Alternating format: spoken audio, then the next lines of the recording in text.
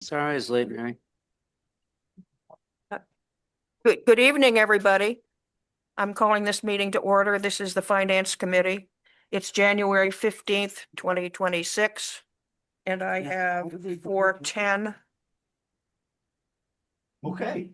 This meeting will be video recorded and broadcast over local access channel 8 and through the town website at www.eastham-ma.gov. We have three members Zooming with us today. We have Roy, we have Paul, and we have Steve. I'm starting with the agenda. And before I start, under public comment, I'd just like to congratulate Rich, who last evening was elected to be our new town manager for next fiscal year. Congratulations to Rich, and we'll be missing next year Jackie. So we want to thank you for all of your years of service. Is there any, we have no public. Is there any comment from the board or from the Zoom folk? Okay, nothing there, so I'm going to move on to the agenda. And we have the minutes of December 18th, 2025. And Steve was absent for that. Everybody else was available. Do I have a motion to approve the minutes of December 18, 2025? This is Kate. I move the minutes be accepted. Oh, second. Kate, Really? Kate first, Roy second. Any further discussion on the minutes of December 18th? All in favor of the minutes of December 18th? Roy, Paul, and Steve was not here. So 1, 2, 3, 4, 5, 6, 7. Sorry? Steve is here. Yeah, no, No, but he not- was not at the meeting. Oh, I'm sorry. Yeah, so that's, I get 8-0. 8-0 for the minutes of December 18th. Okay, we are now down to the departmental budget review. That's item number 4. And the first one is the elected and general, and it's pages 51 through 55. Mary? Yeah. Sorry. I just have some opening remarks, if you don't mind, regarding the budget, since we're just starting. So on the whole, this is pervasive throughout the whole budget. And also what I'll be doing as we go through each departmental budget. There's a few things I want to convey. Everything in this budget is things that we ought to have in the budget and that we need. Now, maybe the amounts, we could whittle down, we could whittle some things down, but we think they're appropriate for what we need. And I think, I want to say that because we have pretty detailed budgets and detailed line items that, justify why we need things and the amounts that we need. And to the best that we could do, every year we make a little bit of improvements. To the extent it's something not discrete and is a provision for something, we say it's a provision for something. So what that means is things, we have money in the budget for things that may happen. They don't always happen. And so, those are obviously the things you could get rid of first. But then that means when those things inevitably do happen, that we got to find another way to provide for it. So there's that. And then the second thing I want to say is, commonly you hear that, especially when you're going to look for overrides, what did you cut? And it's not as black and white as that, because it's not that last year something cost $50,000 and now we made a cut and now it's $40,000. More commonly, what you find is something was $50,000 and it really should go up to $70,000, but you kept it at 50, which is in a way a cut, but it doesn't get demonstrated as a cut. And so I went through on just this budget, and I'll do this with the other budgets as we discuss them. So on all the budgets you're looking at tonight, obviously debt, I can't change that. But just within the town manager and the finance and operations budgets, there's $133,000 of things that I could have added that did not get added. And so, you don't see cuts in those budgets, but what you're seeing is they didn't go up as much as they could have if I had loaded it up. And that was intentional because I knew this was going to be a difficult year. So I didn't add things that if we, it was a normal year that wasn't as tough that maybe we would have added. And of that 133, just so you know, the biggest thing when you get to see it is under central purchasing. When I looked at it, it should have gone up $35,000 to match the actual spend, but we're going to look at that account and manage that and hopefully live within what we got. And then the other thing, I'm actually negotiating now with a company called OpenGov. In a perfect world, we would have got unlimited licensing to get all our permitting online across town. And should have, if that was going to happen the way it normally would happen, I would have been asking for $45,000 just for that. And I didn't ask for anything. And I'm actually negotiating with them now on an alternative approach to some of that. So those are the two big things, but the total was 133. So you don't necessarily cuts, but you didn't see that money added. And then finally, kind of keeping this, close to the vest because I don't want anybody to get nervous. But as we go through these, I'm going to go through and identify, if we had to cut things way back, where could I do that? And there are areas we could do that, but and hopefully we don't, for all the reasons that we've talked about before. So that's all I had to say. And I have a basic question too, before we get into the nitty gritties. Since we're fully aware that inflation is a part of what we're dealing with here. When you went through on everything that we're going to be talking about, did you in general just increase those types of things like a basic 3%? How did you determine where to affect or put in place what you think the inflation might be for that product? Or Well, it's just much more specific than that. It's looking at the prior spend. It's looking in talking with the department heads, them telling me actually that the price of X went up this amount of dollars. And if they calculate it out in their budget, that this is how much it's going to cost. So it's not an estimate. It's based on actual discussions with the department head on what they expect these things to actually cost by the line items. so we're starting, as I mentioned, with the elected in general. It's pages 53 through 55. And I don't know how everybody would like to proceed, but if you want to start on page 53 with any specific questions, and then it goes into the other information associated with page 53 with the elected and general budget summary.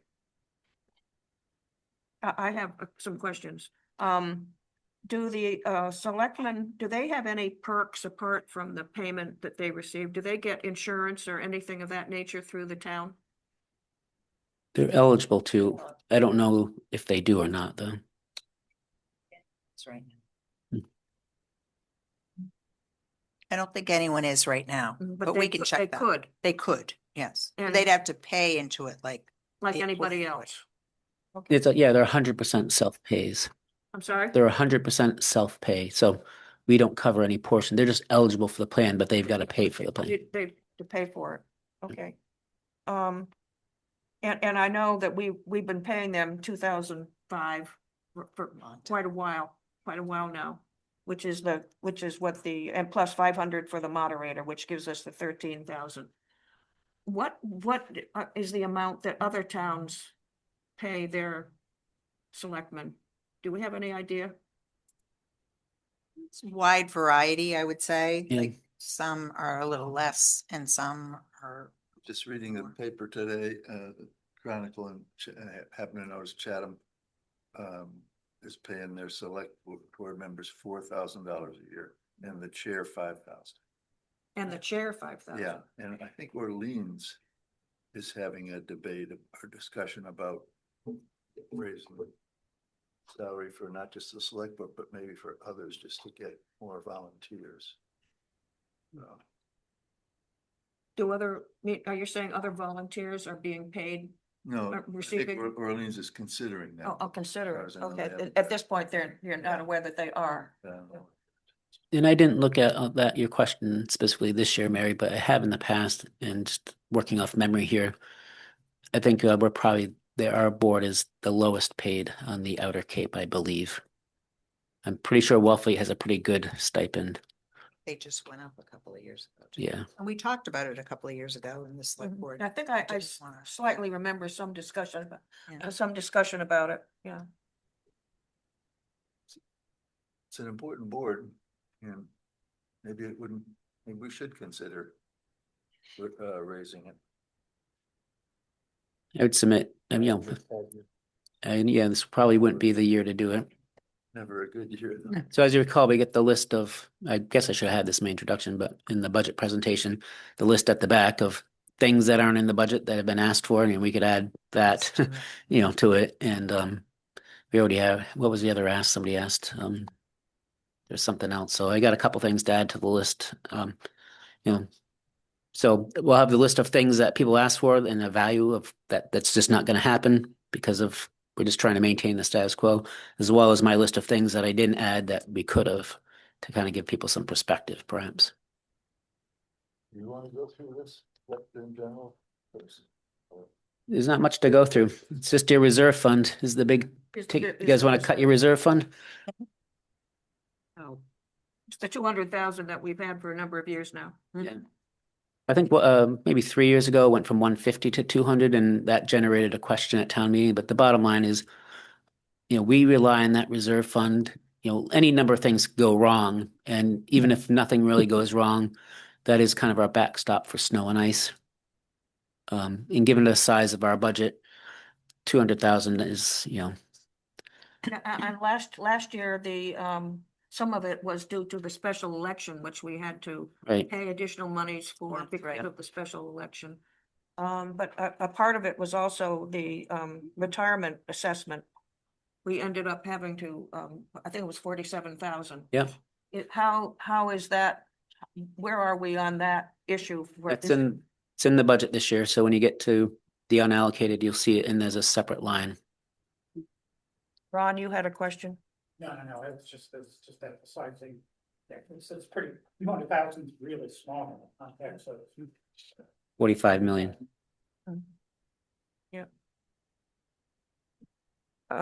So can, if the folks that are zooming have questions, can the folks in the other room there tell me that they're, or can you? Yeah, they can unmute themselves Oh. and speak. Okay. I just want to make sure, because I can't see them on the screen here. They're up there and I can see them, so I'll let you know. Okay, so if you'll let me know if somebody has a question. Rory has a question. Roy? Yeah, just on the actual expenditures for FY 25, we did use $139,000 from the reserve fund. What purpose was that? Do you recall? It was the special town meeting and election. It was snow and ice. And it was the pension assessment that wasn't budgeted for. Okay.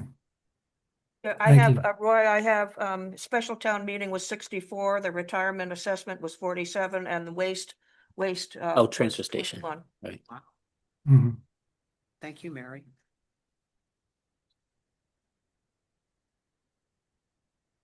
Any other questions on the elected and general budget? We're looking at page 53 at the moment, which. You jogged my memory, Mary. So the other thing that what we do now with the transfer station is we budget, and you'll see this when we get to the DPW, but the disposal and hauling costs based on a specific tonnage amount. So, it's very possible at any given year that we could exceed that, if there's a lot of construction activity, for example, or a lot of visitors all of a sudden that, like during COVID, we got a lot more visitors, a lot more people here than there were before, generating more trash that had to be disposed of. And we pay by the ton. So we budget for an amount that is a normal average flow. So if you have a surge or an increase for whatever reason, we'd fall back to the reserve fund to cover that. But we're trying not to over budget in the departments for things that might happen. And that's why I made the comment I made. The things that might happen are labeled as provisions for maintenance and repairs or provision for something. Those are the areas that are the maybes that might happen. I guess I just want, given well, obviously the special town election, that's a separate situation that we're not expecting necessarily this coming year, obviously. Mm. But just whenever you have a situation where you have to use the reserve fund, obviously, to me, it makes sense to look at that line item, so to speak, to see if you've got what you need under the normal budget versus having to deal with an over situation under the 200,000. That's my, Typically, what you see is reserve funds from anywhere from 0.5% to 1%. Ours is 0.44. So probably a little short, but again, we do budget, provisions in each of the department budgets, which offset the need for some of that. any other questions from folks? On page 53. And 55 is actually just outlining, as far as the amount that is paid, the salaries for the select board and the town moderator. As we've just discussed. Are there any other questions on this part of the budget?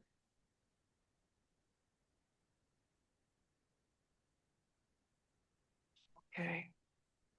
Shall we move on to? And I have these up on the screen if anybody sees it, thinks it's, I have these up on the screen as well, if anybody finds it easy. No. Get this out. Okay.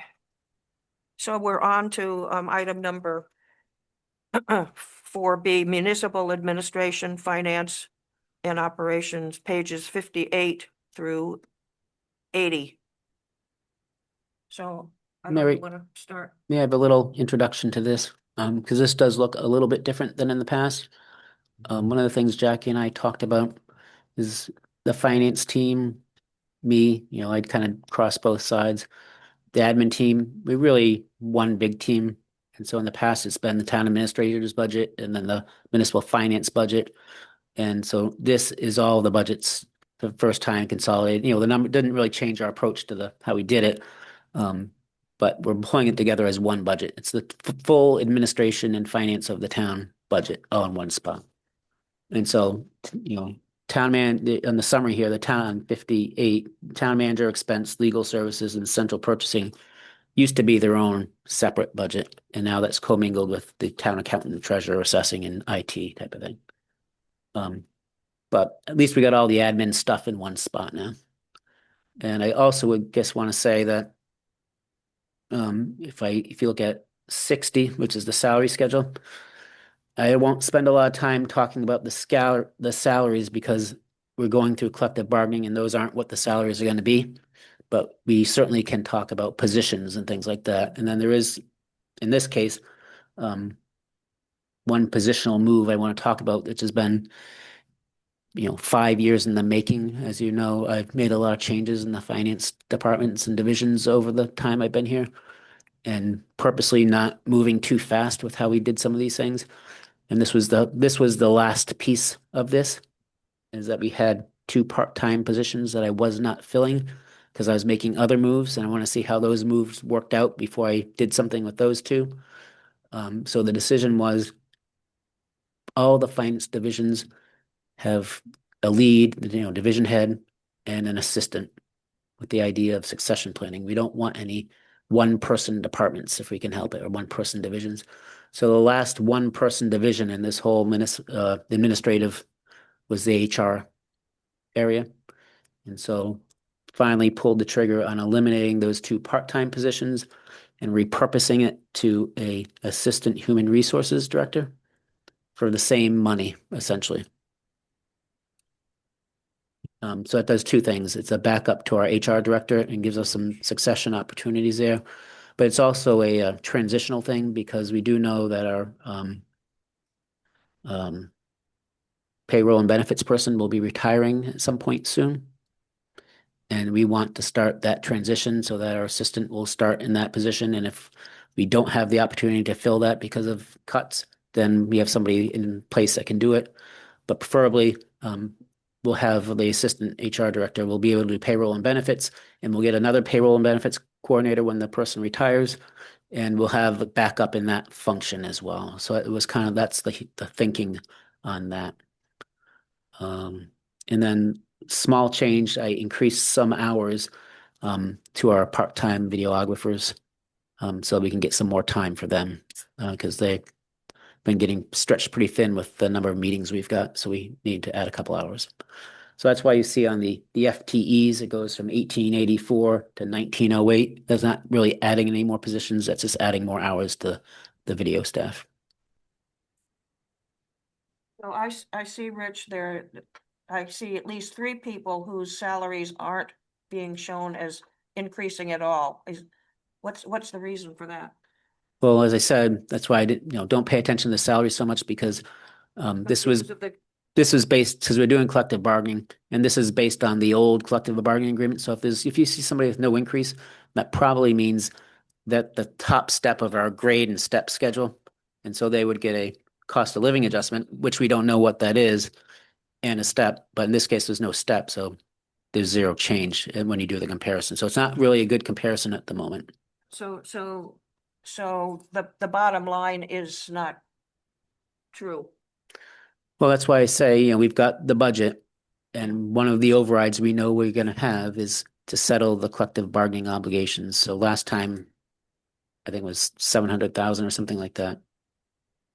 That was a separate article to approve contracts and approve that amount of money to fund those. And then I took that money and allocated it to all the departments accordingly. Rich,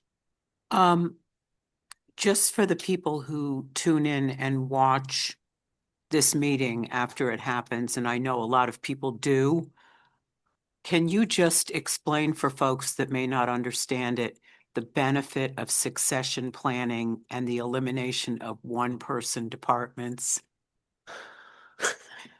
Yeah, you don't have to look too far to see the consequences of not having people in place. And it's even, especially in finance, it's even more severe because it's really hard to find qualified people. And so you might reach a point of initially trying to recruit somebody or hire someone, have limited success, so you make the most of it and hire someone that's got the potential.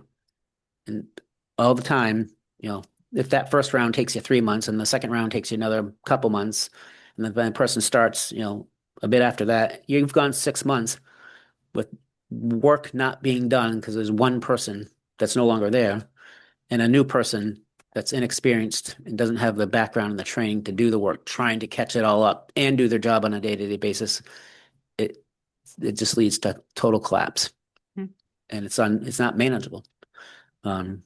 So our rule now, and it's not always exactly perfect on day one, but we're on a progression here.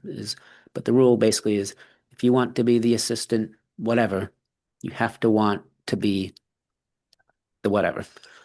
Doesn't mean you have to want to do it all the time, but you better be able to fill in on an interim basis and keep things going. So that's, I think a good example of this is that sadly, Jackie is retiring, but happily, there's a person in place who's been succession planning.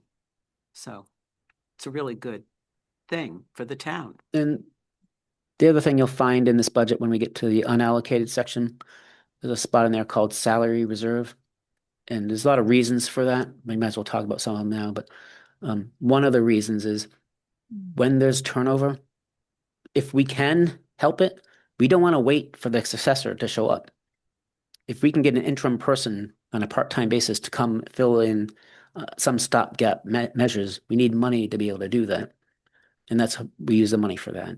And sometimes that money might be used for a consultant because you're not paying them as an employee. But that succession planning, that transition time, and a good example is Jackie's executive assistant became our communications coordinator, and we had to hire a new executive assistant, but didn't want that person to have to start from scratch, not knowing the operation. So we brought back the former executive assistant on a part-time basis to work alongside with the new person to train her up And we use that salary reserve money for those types of things. I have a question about Rachel Nicholson. You have her increased salary by almost 40%. Yep. What is the reason for that? Severely underpaid, A. Severely underpaid. I- guess that's what you call. Um, But I mean, And- was it in her steps and? no, so she's a different situation. I'm just trying to find her here. It's right under the finance director. It's She's, right in the middle. Her FTE is 0.6. We changed it. Her FTE hasn't changed, but we did change increasing her on-site time. Because she was a hybrid employee, working some remote and 1 or 2 days on-site. And now we increased the on-site days and less remote, but the same amount of time. But also, she is very qualified and, probably could be a finance director. So we promoted her to the title of assistant finance director. And this And- was a position we brought in right in the middle of COVID, I think 2020, 2021. 21, I think, yeah. That the finance committee discussed for a long time. And again, it's the same thing to allow us a little bit of room so that Rich can assign duties to her and she can work. But part of the impetus of it with, being underpaid was I don't think we really had addressed her compensation because it was just a part-time thing. She Right. just kind of showed up and, it never really changed all that much. But as we replace other division heads, assessing and treasury, she's onboarding and training those folks and showing them how to use Munis, and do all those things.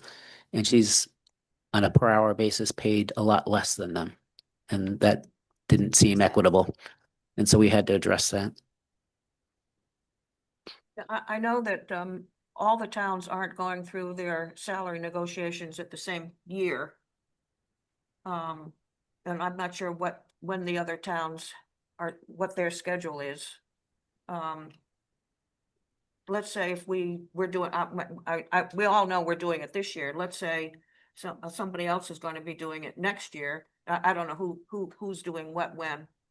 How does that affect our negotiations, knowing that information? Well, there's always settled contracts and open contracts. And so way we approach collective bargaining is, we're not going to be the highest paid in any particular area, but we need to be competitive and be in the top third. And we do it by what we call comps. So Truro has a settled contract for 26, 27, and 28 for most of their unions. I think all of them. Wellfleet, all of their unions are open just like we are. Their final year was 26. So we can do a comp of where we are in 26 for our folks compared to Wellfleet in 26. And we can take our folks for 26 and compare them to Truro for 26. But then also we have the advantage of knowing what did Truro do for 27 and 28. Brewster is the same as us. So we can compare them to 26 and then presume what they might be doing in 27, 28, and 29.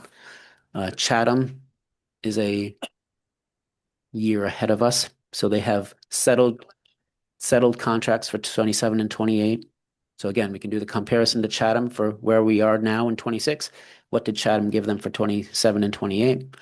And Orleans is ahead of us. And they're usually the most valuable to the employees. They did their contract in 26 and they're open for 27 and 28. So we take all those and look where we are. And we have to, it's not as easy. In the good old days, it seemed like it was much easier. You just said, it's a lot of inflation this year. It's a 3% COLA or a 4% COLA. And this year, it's a tough year and inflation hasn't been that bad. Can we do 1% COLAs? And that is the discussion. And it's so much more sophisticated nowadays. But so we have things, we have COLAs, but we also have, different step adjustments. And are the steps appropriate? We have market adjustments. I'm a big believer. I don't want to call something a 5% COLA when the cost of living adjustment should really only be 2%. But if to get the pay right, it needs to be 5%. Well, I'll call it what the COLA should be, 2%, and we'll have a market adjustment for 3%, so people know why we gave what we gave. And 2 for COLA and the 3 for. the 3 to adjust us to where everybody around us is, so we can at least be competitive.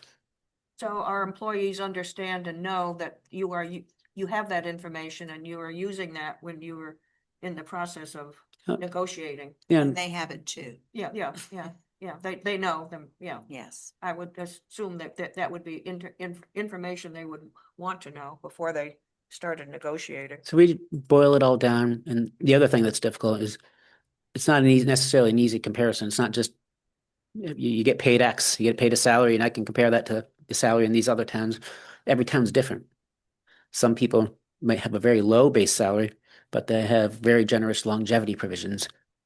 So you got to include longevity, or maybe a low base salary and a very high educational incentive, which for some unions is more valuable than other unions.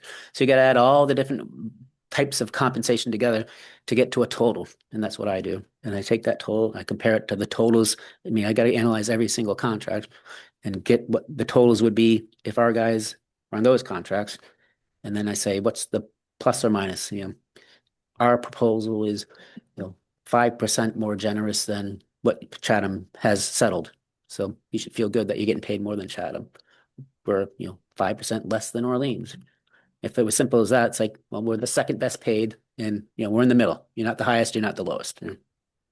How many people do you feel over the last, say, 5 years, I'm sure you're not counting necessarily, but how many people do you feel that we have lost because of our salaries and because they've found that another town nearby on the Cape or even off Cape has given them something better than what they got here? Or the opposite side, how many people have ended up here because they've found that the salaries in their towns aren't as good as ours? And it's not just salary, sometimes it's salary and opportunity, like Oh, it's oh, the to grow, to promotion. grow. Yeah.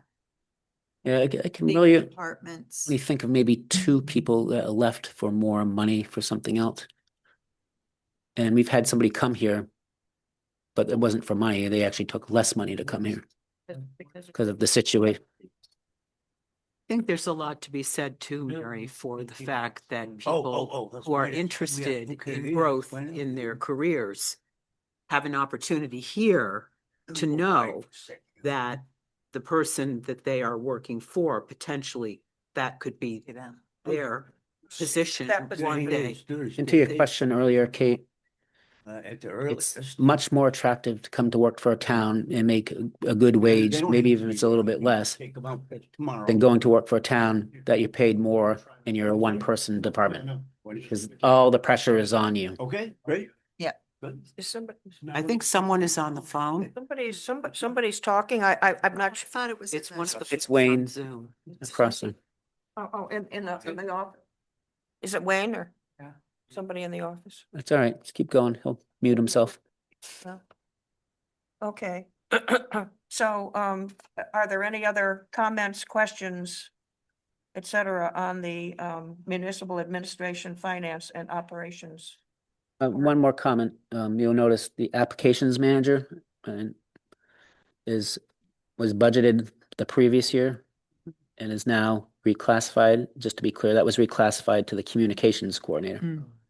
Question.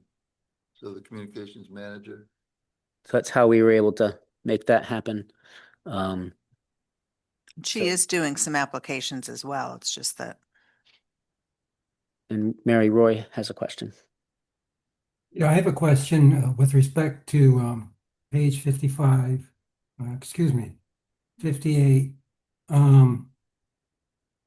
I think I know what happened here, but in terms of fiscal year 25 to 26, technology went up from 310 to 389.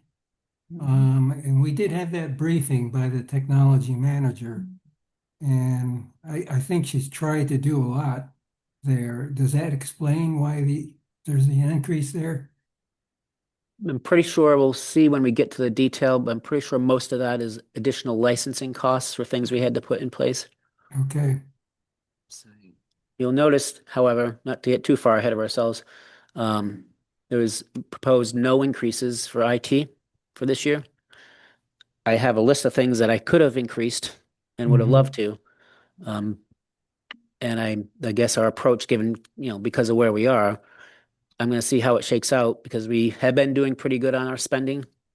And if that continues, then maybe I'll be able to do some of these things that normally I might have just added to the budget, but I don't want to add if we can manage that spend a little bit better. And so that's what the approach we're gonna take. Okay, thank you. And I have a question on page 58 too, Rich. Well, I questioned back in fiscal year 23 where you have the actual for the top line, the salaries. You have only 402,000. That can't be right. Yeah, I think that was just a problem of consolidation, Mary. I'm The sorry, two I missed budgets. that. Yeah, I think that 23 probably represents just the town admin spend. Um, Both those top two lines. I will have to update those. So remember, I consolidated the municipal finance and operations with the town administration budgets, and when those merged, apparently those actuals didn't get updated. Somebody looking at this would say, oh my God, it's gone from 402,000 to 2 Yep. million. I guess I was mostly focusing on the People on might the not have any 25. questions about that.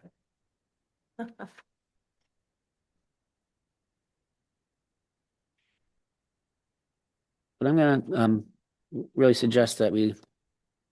I guess before I move on from salaries, there is a second page I didn't mention.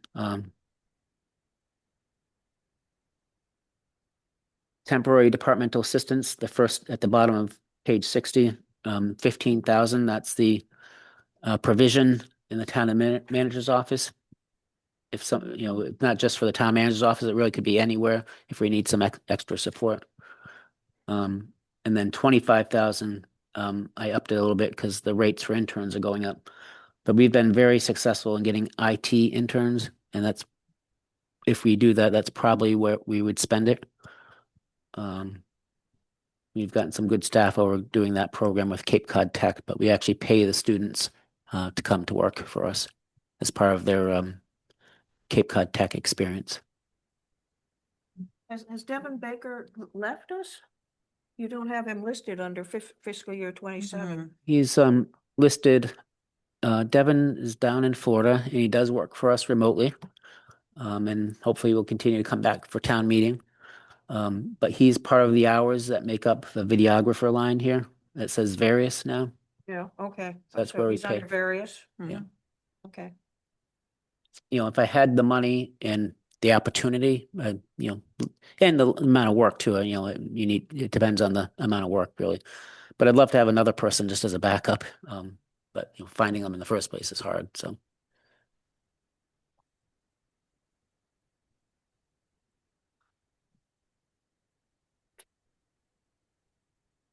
Any other questions from folks here? And I'll leave it up to you if you see somebody on Okay, yep. the screen there. So I'm just gonna keep rolling, Mary. Yep. One of the things I like that we introduced last year is this position control history. So you can really track the changes in all these positions over several years. And when a change occurs at a position, I highlight it. And usually the highlight is the same as what it changed to as it is from what it changed from, right? So. Yeah. So it encompasses when positions are changed or upgraded or downgraded, as the case may be, as well as when their FTE amounts might change as well. So the change this year, you mentioned Rachel, about halfway down the page on page 62. You see finance coordinator, 0.70 highlighted in the pink there. Yep. And above that is assistant finance director. Didn't exist last year. It's the position now. And that's basically, the finance coordinator moving up to assistant finance director. Recognize her for the level of work that she has to do. And then likewise, you see up above communications manager didn't exist, highlighted yellow. And I guess we got two highlighted yellows, but if you look down, there's no longer an applications manager. So that's where that came from. And then And that's it. So looking at the bottom line, I'm looking at the bottom line on page 63. Essentially, in fiscal year 22, we had 15.86 folks. And in fiscal year 27, 1908, right? Yep. So we have increased the number of employees in those 5 years from I'd say it's people. I'd say it's three. It's same number of, that half probably isn't another person. It's probably extra hours added to existing. But that would be communications / applications. So that was a new thing. And what else did we add? HR director, right? Started as an HR coordinator, became HR director. And let's see, what was the third? Our finance coordinator to assistant finance director. So those are the 3 changes. Fulfilling the HR function, addressing the IT and later the communications function, and then finance support to make sure we had a deep bench and backup for everybody with that assistant finance director. And then the rest of it is just, I think, additions of hours, increasing it, but some hours.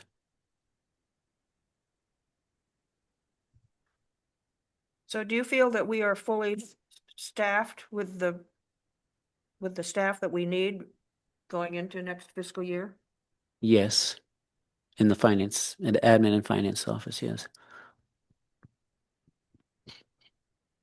Rich, what's the tiering for the medical benefits? Like if someone, I don't know what the percent is that you cover, but let's say a 1.0 you'd cover more the health insurance. If someone's like a point, I saw there was a 0.48, would they have to pay like 50%? It would be like a 50-50 No, versus it's, 60-40 it's- versus a. It's an all or nothing. For health insurance, you need to work on a regular basis, 20 hours 20 a week. hours. If you work 20, you qualify for the health insurance benefit. And if anybody that qualifies, we split it 65-35. We pay 65. So then the less than 20, they could buy it, but they have to pay full cost. Yes.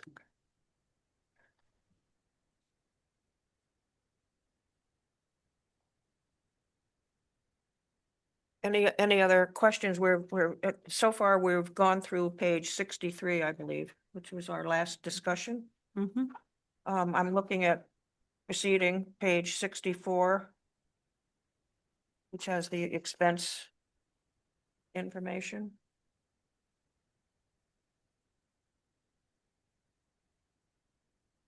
I have a question on the item, the 4th item down, the professional and technical, where we've gone from an actual of not quite 2,000 to 40. This is kind of like your reserve account. Oh, like the 200? Yeah, often during the year, not often, every once in a while during the year, there's something that comes up that we need to study, an engineering thing we have to pay for that's not anticipated. Like the library? Exactly. And so if we don't have funds in our other budgets, then we can go to Go this. to So this. it is a discretionary amount. And if we don't spend it, it goes to free cash. Yeah, yeah. And, you can see it was overspent in 23. And Just not had spent it all last year. So this is sort of like the reserve. Yes. Reserve account. You can see on the description there, that's why I added the word provision. So I'm trying to get better identifying things that aren't for discrete items, but likely will happen at some point. Just you don't know the magnitude of of what might happen. And Yeah, I it- had a question on that word provision. we built it into the budget just for that reason, because it's just so difficult if something comes up Mhm. mid-year,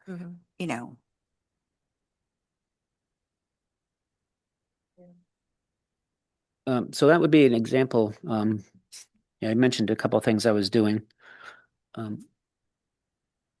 Based on rates that we've gotten from vendors and different things, hourly rates for professionals have increased quite a bit. If I had an opportunity, I would have increased that probably by $5,000 to $10,000. And conversely, if we need to make cuts, this is a provision for something that may or may not happen. So that is an area that we would likely look to cut.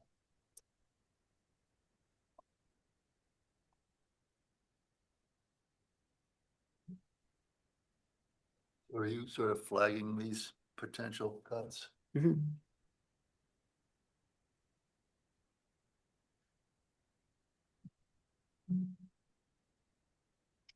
Any other questions on page 64 on to 65?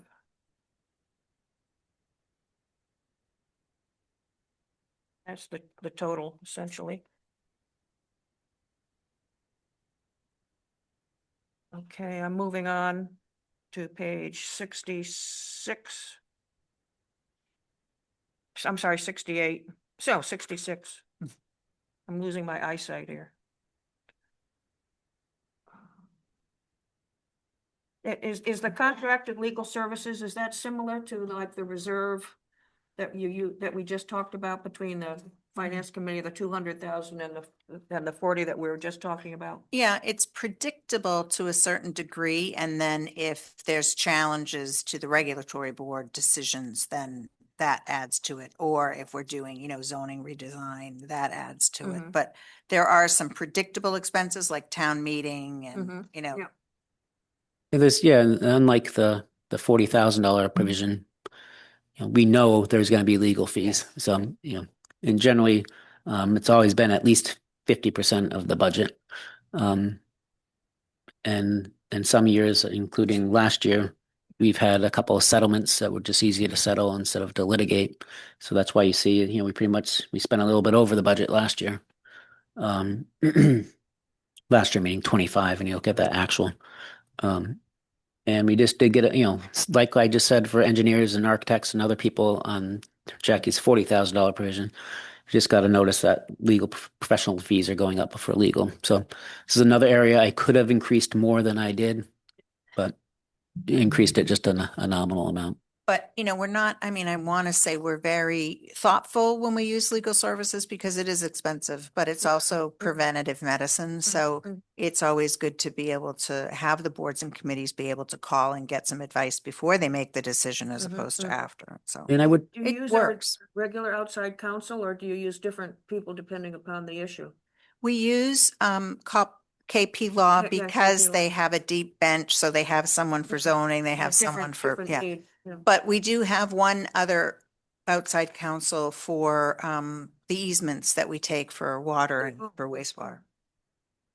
and I could just tell you that the regulatory boards aside, because they either need the help or they don't, depending on what the issues are. I think our spend actually is very reasonable compared to some towns that I've seen.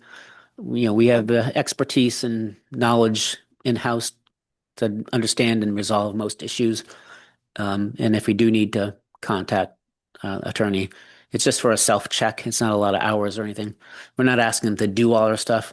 Some towns ask their outside counsel to do a lot of stuff. They have to write all their letters. They handle discipline. They handle they're present for every collective bargaining session. We- Investigations. Yeah, Yeah. we handle all that stuff ourselves. So. Are there any questions from folks on the legal services expense detail? I'm looking at page 66.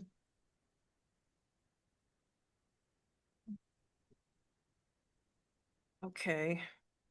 Moving forward. 65, 60. It's getting my pages straight here. Goes like this. No, it goes like this. Okay, we're on to central purchasing, supply and service. I'm looking at page 67. Before I make any comments, are there other folks that have some questions on page 67 regarding central purchasing? I just want to point something out, Mary, on 67 and 68 under communication. I think this was just a classification error. One of the things I tried to do this year is delegate some of the work, and I guess I didn't pick up a couple things in reviewing it that I probably ought to. But you notice that you got 40 3,000 and 81,000. And then you go down and there's nothing under our program costs. So town meeting costs is baked into some of those other numbers. So when you look at that, it's not 100 and almost 125,000 actual compared to 52,000. It should be, add that 52.5 with the 38.5 under. That was where I had a question. Yeah. Yeah, so just to make it easy, I would say is add those town meeting costs to the communications line so that 52,575 is more like 60, 90, 1,000 almost. And then the other thing to take into account, it's a little oddity, but I think the extra costs for the purposes of spending for the special town meeting and election are here, but they're also in your reserve fund because you obviously can't count things twice, but we wanted to show that you utilized your reserve fund, but this is where it was actually spent. So it's not as severe as it might look because you had the number, Mary, it was like 39,000 or something like that for the special town meeting. It's on page 68, Mary. 38.5.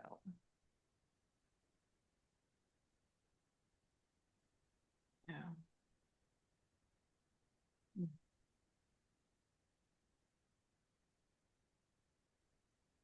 No, I had a 64,000 that was taken out of the 200,000 reserve for. A special town meeting, okay, so that's probably in here as well. Yeah.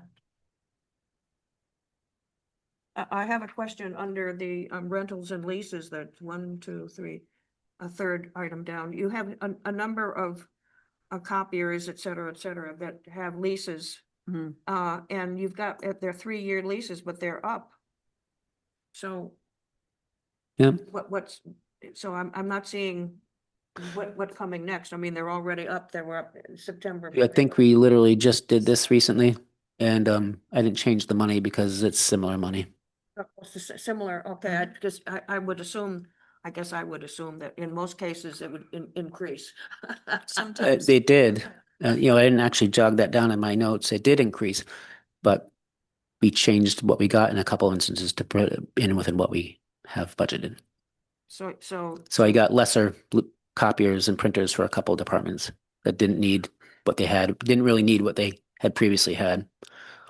So the amounts in here are okay, even though according to this, the lease is up already. Well, I just had prepared this before we got the new leases, so I didn't know what the new terms were. So next year I'll have to put in the new stuff. But that's a good example. It's small, but this doesn't show a reduction, but there was a cutback in what we did to stay within the budget. So, it's not like, I guess I keep bringing that up, keep harping on it. And because I actually watched some town manager interviews from some other towns that just hired and they got, be careful what I say, but their candidates were pretty traditional candidates from towns that do what I loathe to see is that they evaluate their budgets and anything that's over 5%, they go to the department and they say, you're over 5%, why did it go over? Oh, it's because of collective bargaining. Then tell me something you can cut to keep it down under 4%. And then they cut something that they need and they never get it back. And I guess you're managing the budget, but you're not letting your departments be efficient.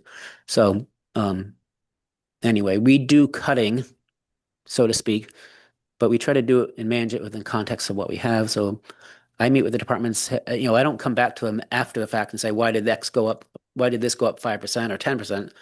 We know the answer because we're meeting at the front end and we're resolving the issue by saying, okay, well, we're going to not order you those copiers anymore. We're going to go down a model or two to stay within what we have. So that's why you don't see cuts because we resolve the issue up front. It's just a different approach.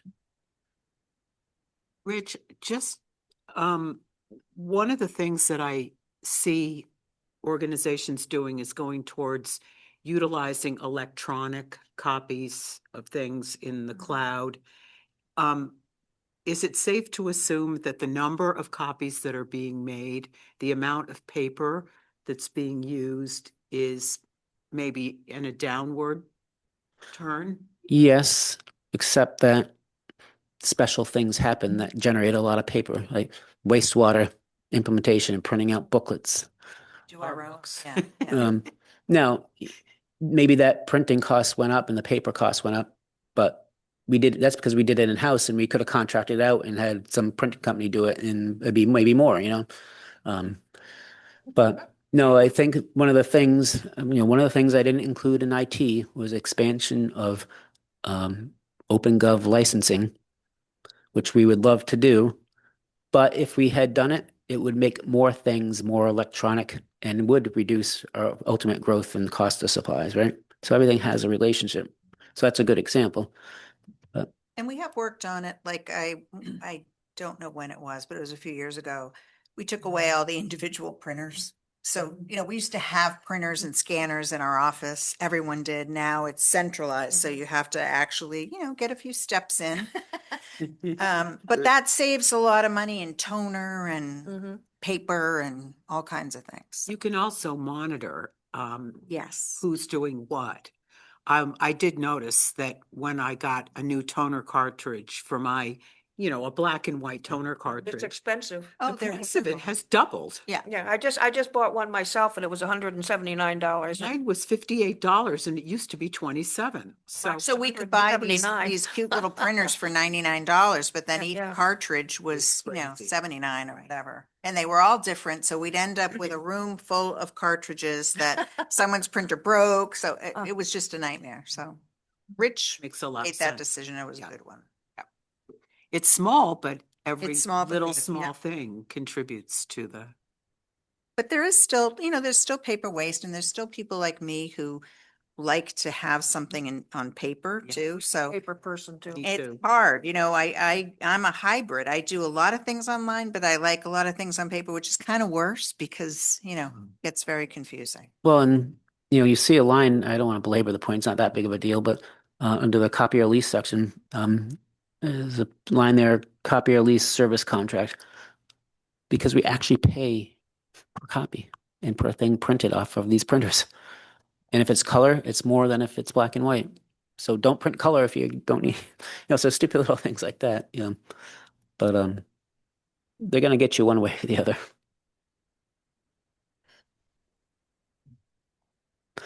But this is a good example of an area, this whole central purchasing area is, I think theoretically, looking at the numbers would justify us going up.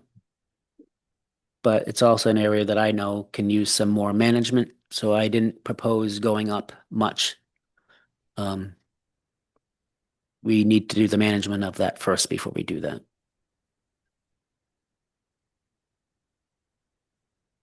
You have the legal ads, the legal ads in yellow here. I'm assuming that means you've got a message about it for some reason. Is that?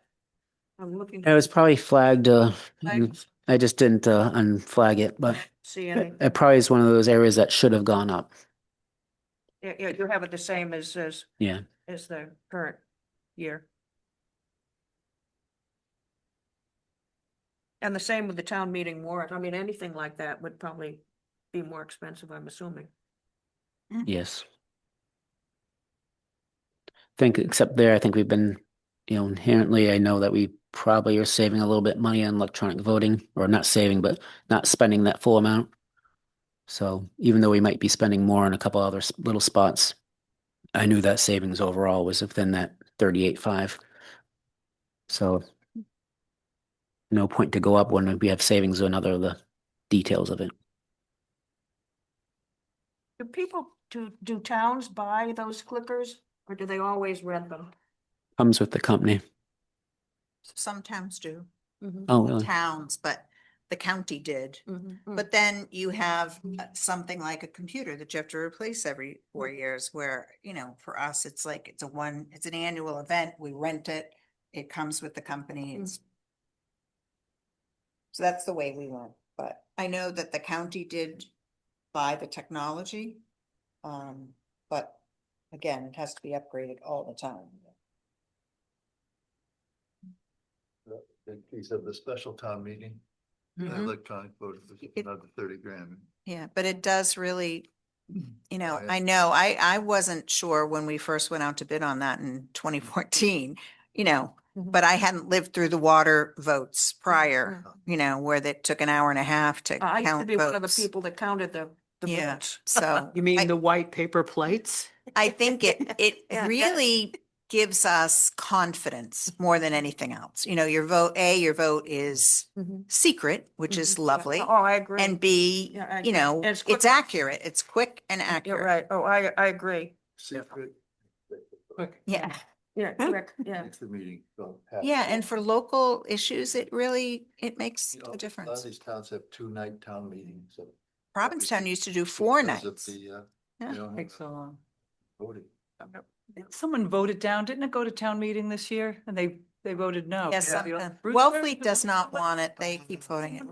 Yeah, So I think- someone did, yeah, someone nearby voted Yeah, no really. at town meeting. They had it for 2 years. So they're Took an giving it hour to up. count. No, I think it was Brewster. Was there a reason, Patty, was there a reason given? I don't, Maybe- Cost or? I think. I didn't- Because it's I didn't read it. I potato, just thought- potato, it's green, Yeah, okay.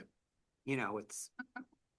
So the bottom line on this budget is, the spend last fiscal year was almost 188,000. We're asking for about 150,000. If you could back out of that 188, about 38 or 39, I think it was for the special town meeting that's baked into that. We're pretty much at the same spend.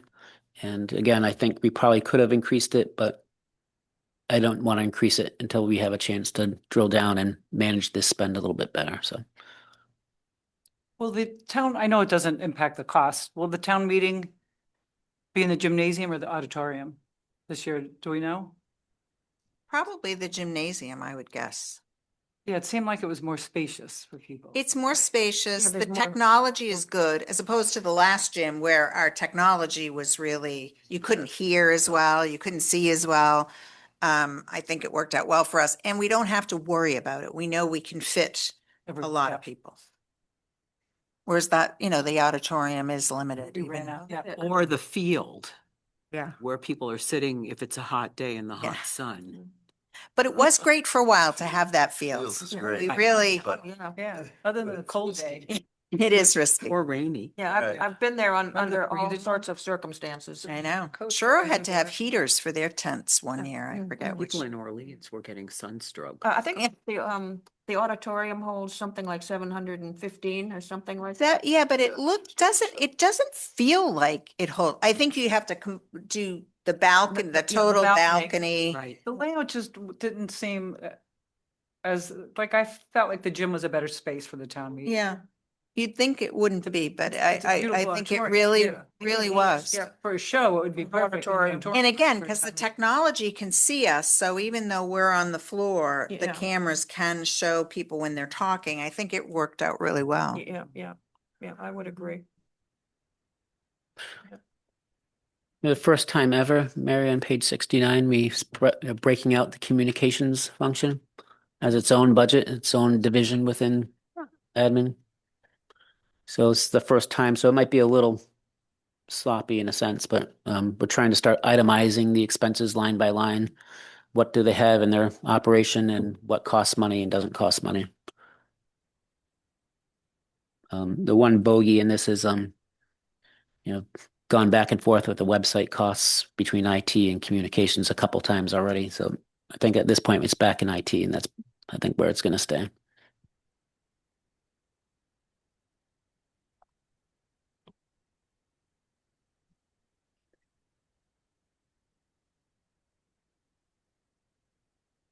So as you say, I've seen it and I won't pull out one particular item or not, but I see like in this one where you have supplies, you've got the same amount for 2 years running, 3 years running, even though it may be more because of the whole inflation situation.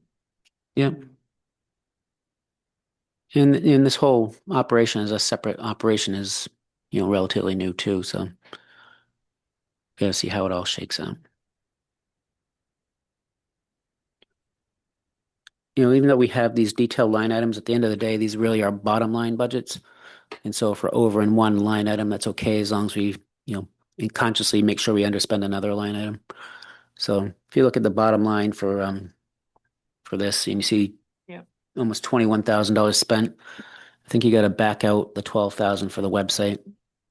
So it's more like $9,000 spent. And we're now at 13. We're up to over 11 and now 13. But that 13's itemized. You've got the individual items um, as to why that's going up, and most of that is under travel and staff development that didn't exist before. There's specific schools for communications and organizations to belong to. And so now that we've got this position, we added those things in.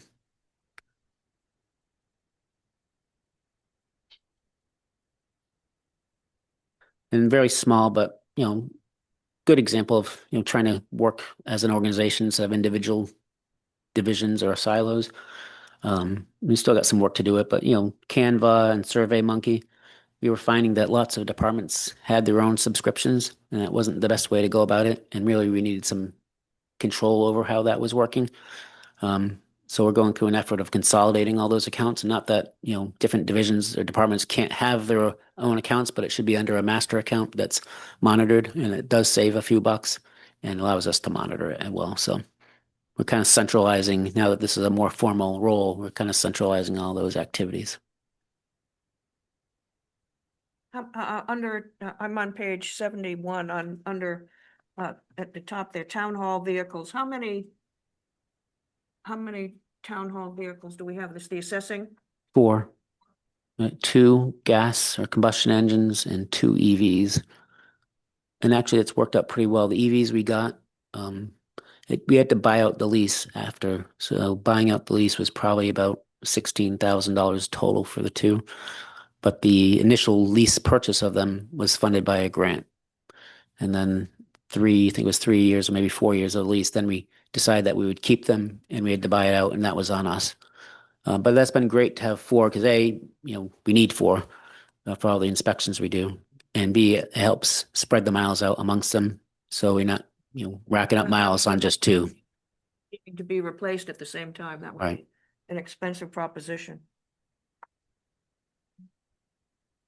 But anyway, the maintenance of those, there was never really a good spot to put it. So I put it under the finance. If the cars need to be repaired, to come talk to me, there seemed to be a problem for everybody else. So.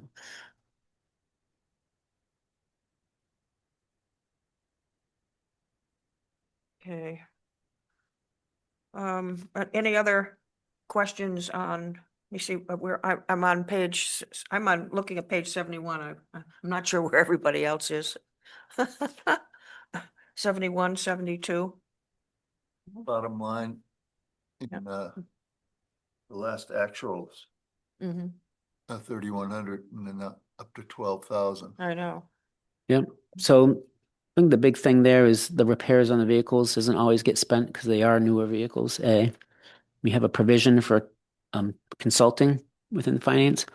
And so that'd be if we need any special study or if, we have a need to bring in, actually we did this year bring in, so you'll see money in next year's budget for spent in 26, for example, with onboarding our new treasurer. I just wanted to make sure that he had plenty of support. So I hired a former retired treasurer that could give him some guidance and support. And, didn't really need the guidance, but it's nice to have somebody, another professional to work with. So she worked for us for several months while he was getting ramped up on the job. And so that's what we use that money for, which was not spent last year. So that's $4,250. And then, we have some training money, and I've just been so busy personally that I haven't taken advantage of paid training opportunities, which if I did, or if a replacement does, and they ought to, you should see that be spent a little bit more. I'm an old timer. I've been to all these conferences. I've had enough.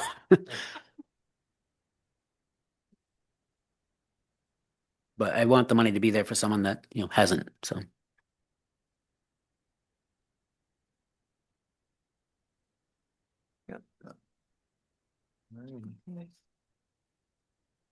Another question, Peter? Nope. Go to- Okay, so I'm up to page 73. And not too many changes here. I think the one change, or yeah, maybe there's a couple, but the big one in my mind is the audit fee ramps up a little bit each year. And so we just went up a couple thousand. That's for a contract we have. I have to evaluate whether we keep that contract because of the problems we've been having. We did finally get a final. Oh, did I send that? Ron, did I send that out? I sent a draft. All right, so we did get the final financial statement, audited financial statement, so I should send those out. But you know, that was in January of, I got it, no, the end of December, because I had to send it for a bond stuff. So the end of December, and so that was about a year late, Which fiscal year? 24. So, you know, my hesitation is we got a good fee on the contract, and I do expect when this contract expires, the fee's probably 50% to 100% increase because of all the consolidation in that industry. And now everybody's a national or very large regional firm, and they're not going to take, you know, small little clients that paying, you know, nominal fees. Find firms to do that kind of work. I mean, one of my other hats on like sole finance committee and a 501c3 charity, and we've been looking, we need to replace our auditor, he'll get sick and retiring, and it's really hard to find anybody who wants to bid on the work. Yeah. Same. Yeah, Same kind of situation. We have to do it. So is 30, if we're gonna be covered by 30? Oh yeah, no, it's we have a contract for the next Okay. 2 or 3 years after this, so that's the fee. You know, the question is if they do it. So I gotta determine, you know, do we still want them to do it if it's gonna be a year late? Because I can't deal with it being a year late, especially when we have bonding that we need to do, because it does affect what we'll get for a bond rate. And the next contract's gonna be a lot more. Yes. Rich, do you think that maybe they're a year late because they're sundowning the practice or merging the practice? They merged the practice and, you know, great. There's, you know, one of the things I like to think I'm good at is just paying attention to what's going on in the world. So I understand that you merged, and they actually merged twice. Mhm. They had one merger to a large regional firm, and then that large regional firm merged up to a national firm. And so I get it that you're late and you're behind, but then I see you're doing other clients on the Cape who I know all these people, and I call them and say, "Oh, how you doing for your 24 audits?" Like, "Oh, that's been long gone, and we just started our 25." And it's like, well, if you're working on 25 audits and I'm waiting on my 24 audit, yeah, I think your priorities are. So I placed a call and had some words and lit a fire, and it took a while, but once they realized I was onto them, and I was calling them almost every other day, you know, and emailing them, it's like, all right, let's just get this done to get rid of this guy.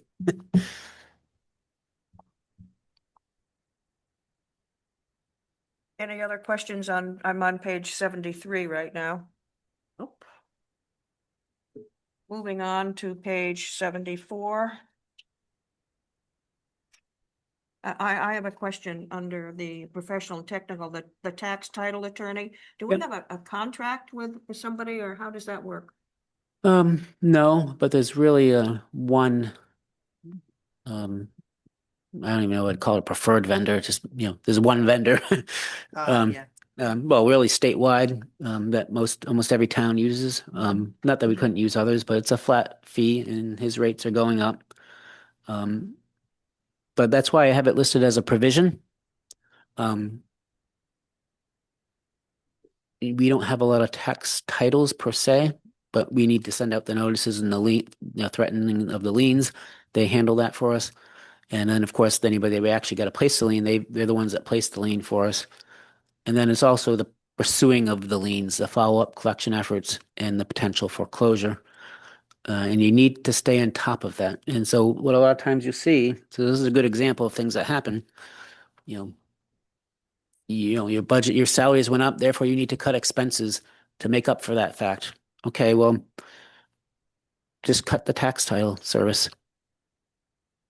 So you And said, you don't do tax liens for 5 years. And Yeah. then, Exactly what happened to us Mm. when I first. and so it's just much better to continuously, pay for the service, be on top of making sure that you're current. And then every once in a while, you're going to have, not every, every year you're going to have foreclosure cases that need to be worked on. They might not result in foreclosure every year, but there's effort that goes along with that. And that effort prevents gets to resolution so you don't have the foreclosure. And so we haven't had a lot of that. I think it was just the 22, the year prior, we were pretty close to 30 grand because we did have a lot of that. I have to go back and check, but there was a year that we were up quite a bit. So, And the liens just protect the town's interests. It's not a matter of collecting it now, but at some point we'll be able to. I think that's really important. any given year, it's hard to know exactly what that might cost, and that's why I've labeled it as a provision. And so, you back to my message here, anything that's a provision, the word provision. we're This year it's the key word. we're providing for things that are likely to happen, and we ought to have budgeted. But if I had to cut something, something that's a provision for something that might happen is the things we're going to cut first. Yeah, yeah. Okay. Yep. So if there's only one vendor statewide, he can charge whatever he wants to charge. Yeah, I'm sure there's others, but I think it's a fair price. I don't Yeah. remember bills Not a being lot of crazy. money for that.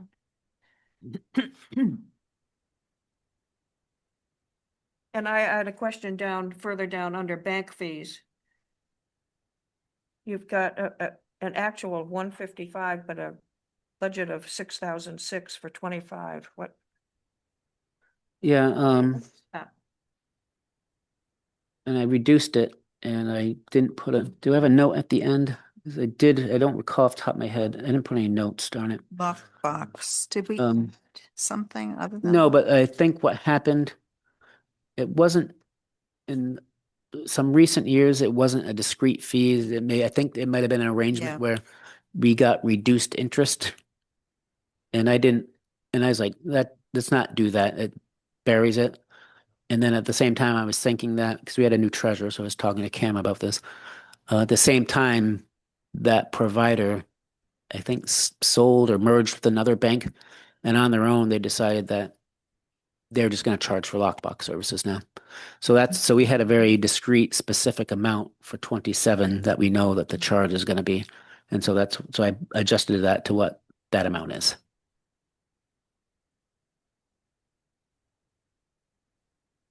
Other questions on page 74 going on to 75?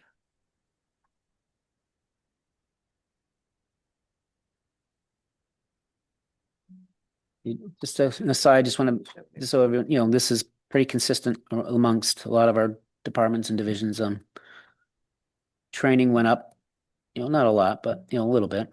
And so again, we have a new treasurer, a new assistant, and we want to make sure we're giving them training opportunities. And so we always want, in a perfect world, and our preference is to have this training money available to train this, our 2-person departments.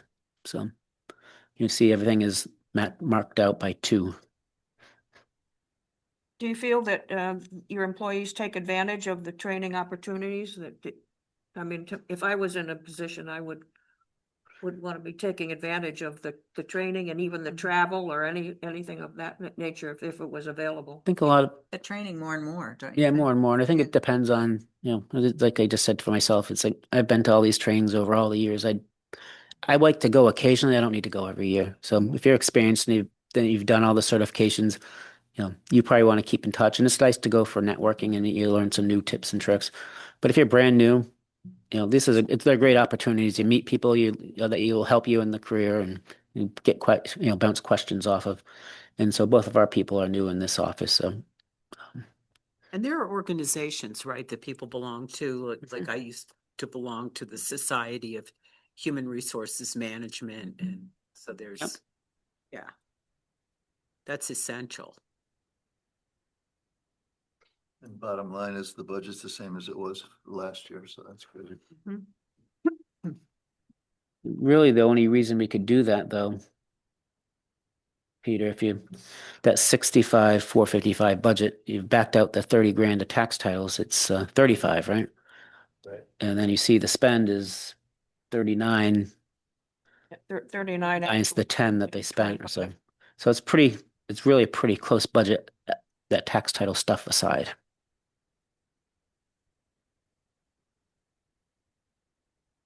Any other questions on this section?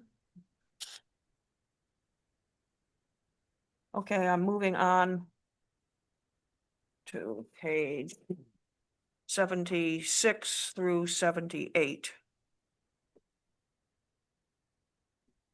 76 is the assessor's expense account. The main thing I just want to point out here, if you look under professional and technical, you see, you look like they're two new amounts, but they're really not. The 25 and the 25 Yes. add up to the 50, which is what it was the prior 2 years. We were just breaking down that there's really two separate parts to that contract. And if if worse came to worse, man, I'd really be last resort to want to get rid of the cyclical inspection service, but I could do without for a year or two on the cyclical inspection piece of that contract if we needed to. Some towns don't do it at all, and then every 10 years they appropriate $500,000 to hire an outside firm to get the whole town re-inspected all in 1 year, because you're supposed to do a re-inspection every 10 years. My approach is not to do that. My approach is do one. We do 11% of the town. Is that right? Yeah, 11% of the town each year. So you get 9 years in, you've done, maybe you don't have perfection, but you've done upwards of 99, maybe a little less of the town. And that final year, you just got to close it out. So you're making incremental progress every year on your town-wide inspections. So when you get that 10-year requirement from the state, you're not scrambling and asking for a big slug of money to get it done all at once. It's just the way to do business. And it annualizes it within the budget too. Otherwise it'd be like some towns even put it in their capital plan, annual reinspection for $500,000. It was that long of a, process. So some of the appraisals are 9 years old? No, No. So- what am I missing? there's an annual process. Yeah. And then there's a process that has to be done every 10 years. It's almost like Brian, as an auditing, you test you do an overall review of reasonableness to the numbers, and then you go through and you test to make sure that on a sample basis that some of the details that add up to that total, they're legit, right? And that gives you confidence that the total's legit.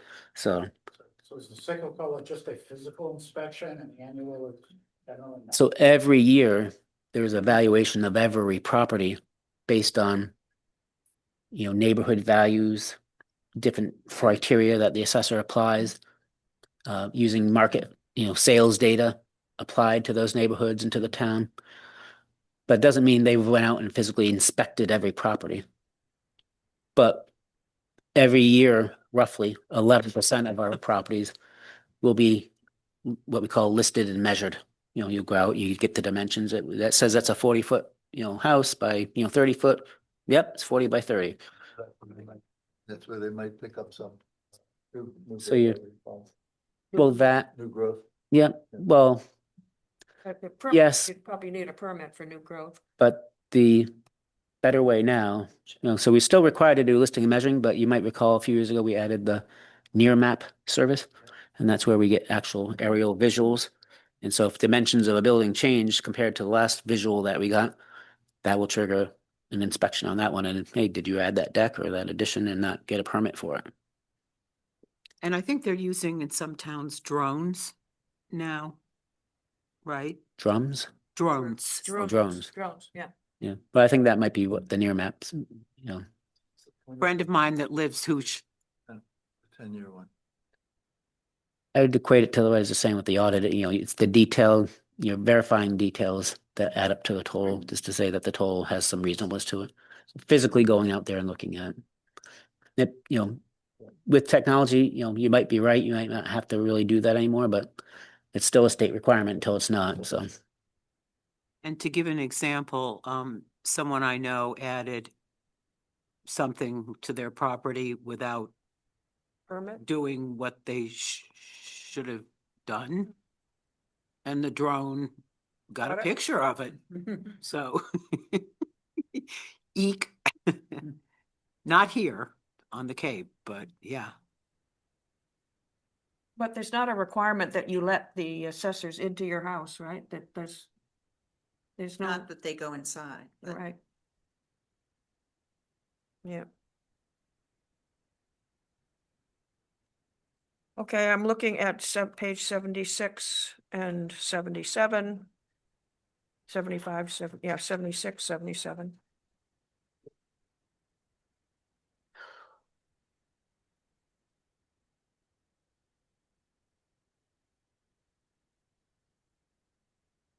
Any other questions on this section of the budget?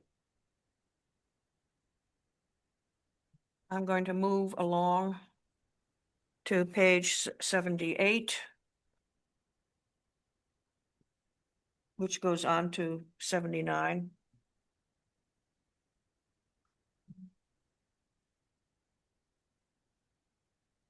I just think overall on this one, Mary, we've had so much change and so much consolidation and improvements in the last couple of years. I know some of these licenses are going up, but we are also at the same time realizing savings from the budget for 25. So if I looked at the total, 276 was the spend, 310 was the budget. We've got a little bit of room there.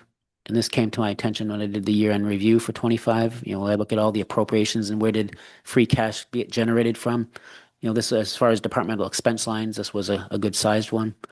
So even though I know things are going up in some of these areas, I just want to see how that actually shakes out since there's been so much change before we increase the budget. Rich, I have a question, and it may not be germane to this, but couple of people have asked about Open Cape, and I do see there's a line item that they're being utilized at Town Hall, Library, and DPW. Yes, Is there a sense that Open Cape may be available for residential or? that would be my dream project. I've been thinking about it for 10 years. Yeah.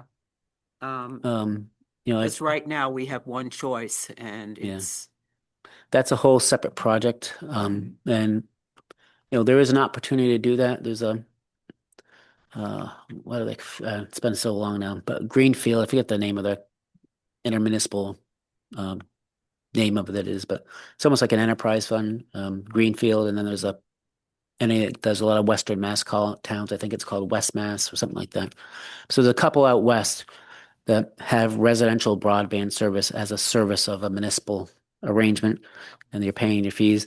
But that last mile connection is the most expensive piece of doing it.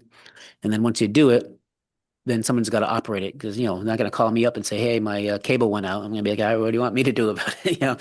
So you need, service contracts to, and to operate and maintain that. So, but not to get too far afield, my solution to that last mile thing is to not do the last mile with fiber. Mhm.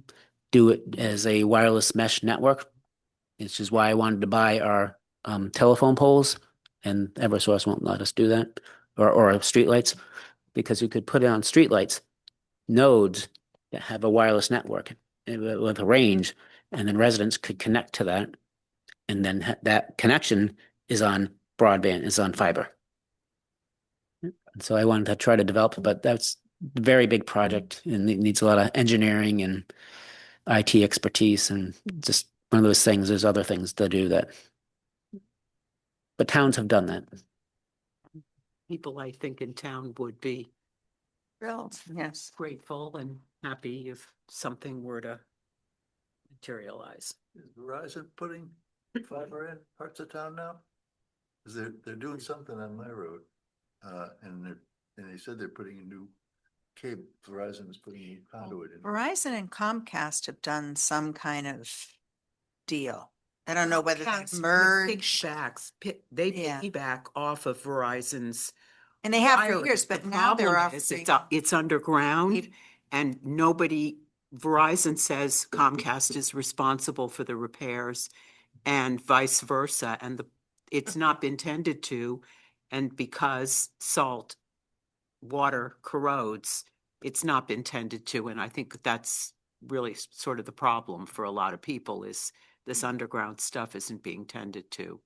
So it's good, Peter, that it's maybe happening on your Might be street. more than that. I think there might be fiber going in some places. Yeah. I think they have new arrangements. Because I just went to Comcast and they tried to sell me Verizon services, so Mhm. that was a Comcast employee, it wasn't, Right. so. Right, yeah. And the Comcast is shedding some of the things that they were doing, so, yeah. I got you far afield, sorry, Rich. Okay, don't get him started on this. Don't get me amped up. Sounds like it's a passion like mine.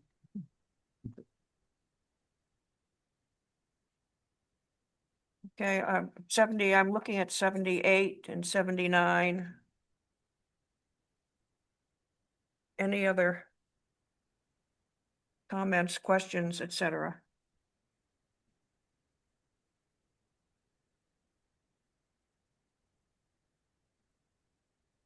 Me, just in way of feedback,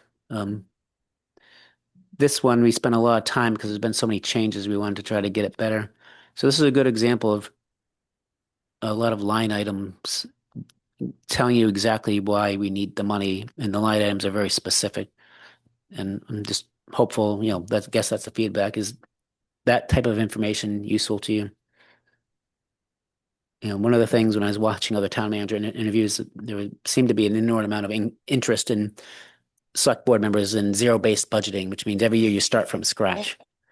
And in my mind, this is pretty much a zero-based budget. I mean, except I'm not starting from scratch but the line items are the same line items, right?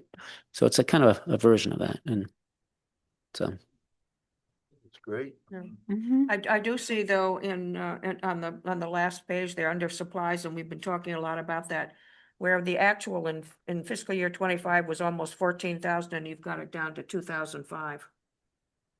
yeah. Well, because, that's an example that we knew we had things we need to fix and repair to get to where they need to be. And we hadn't spent money in other line items. So I said, go ahead and overspend this one in the hopes that We'd have these to are take one or two time things, and then we'll be back to normal, because we've done the work. To the, although the year before was 13.8 too, so.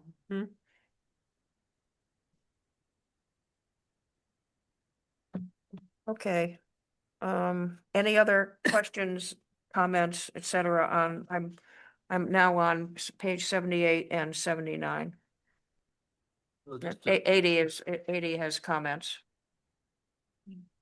just to finish the feedback questions, it seems like this level of detail it's great. It seems like it would help you, but it helps us in the town understand. Yeah, I think it does a few things. I want to, people to understand that these aren't just random numbers on a page. They develop from something, and we try to justify. And to the extent we're not, that's why I start labeling things provisions of, it's justified because it's things that might happen, but not specific items that are 100% known. But it does help us too, because as you have turnover, if you're a new department head, a new division head, it's hard to know what you need to budget if you hadn't been here before. How is this operation run? By having this detail, then they know exactly where to go and what to look at. And that would help you for the following year too. That's right. If you spent more, then you know that. If you didn't spend it or spent less, then that's. It's also part of the finance so now the accountant's office knows where things ought to be charged, right? So we can get some consistency, and you get a new admin assistant for, whatever department, and they're getting processing a bill. Where should I charge this? So they call the accounting office. Well, go to your budget. It's kind of like a training document. These are where these things are. Okay, I'm going to be moving along to the next section for discussion. It's page 183, unallocated.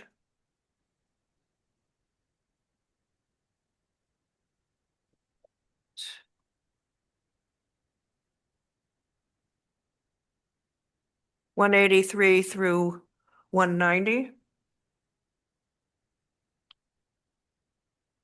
You want to comment or? Yep, how do you- I'll comment. I'm gonna go to 185, which is the Okay. detail of energy. One of the things I wish I could do better, but I just not there. I didn't have the time to work it. But is the electricity budget. Hmm. We do tracking, so we know electric usage by facility. I just didn't have the time to coalesce it into that level of detail for this document, but we'll get better hopefully next year on that. But that amount is based on our overall usage for the town, based on the expected rates. We do have a contract through the Cape Light Compact that does energy bids for us, and we're covered this year under an existing contract, so we know the rate. And the same for natural gas, which is down below. The gasoline for vehicles is an unknown. Because that's a bid usually we latch on. Barnstable County will handle that, and we'll know. And probably not till pretty much just before the summer what that is. That's the bid goes out in the spring. But we do have increases for energy expenses because we do expect those costs to go up for natural gas and electricity. Oh, and I actually put the notes down here as to those calculations. Yes,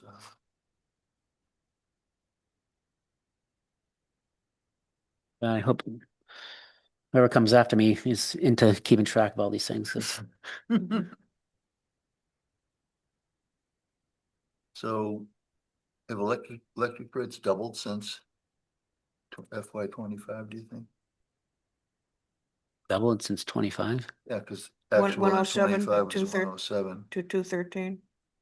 You know, they've It's gone up. possible. We had that big Yeah. rate. I'm trying to think. There was a year that it might have been Yeah, 26. 25 dropped down actually from Mm-hmm. 24 and 23. Did. It was I think a 33% increase. I think it was last year. But also what's in here is this is a net expense. So we get credits from solar Yep. that reduce our electric bills. And so not only do we have to consider the cost of electricity, we need to consider the value of solar credits and whether any of our panels are going to be offline.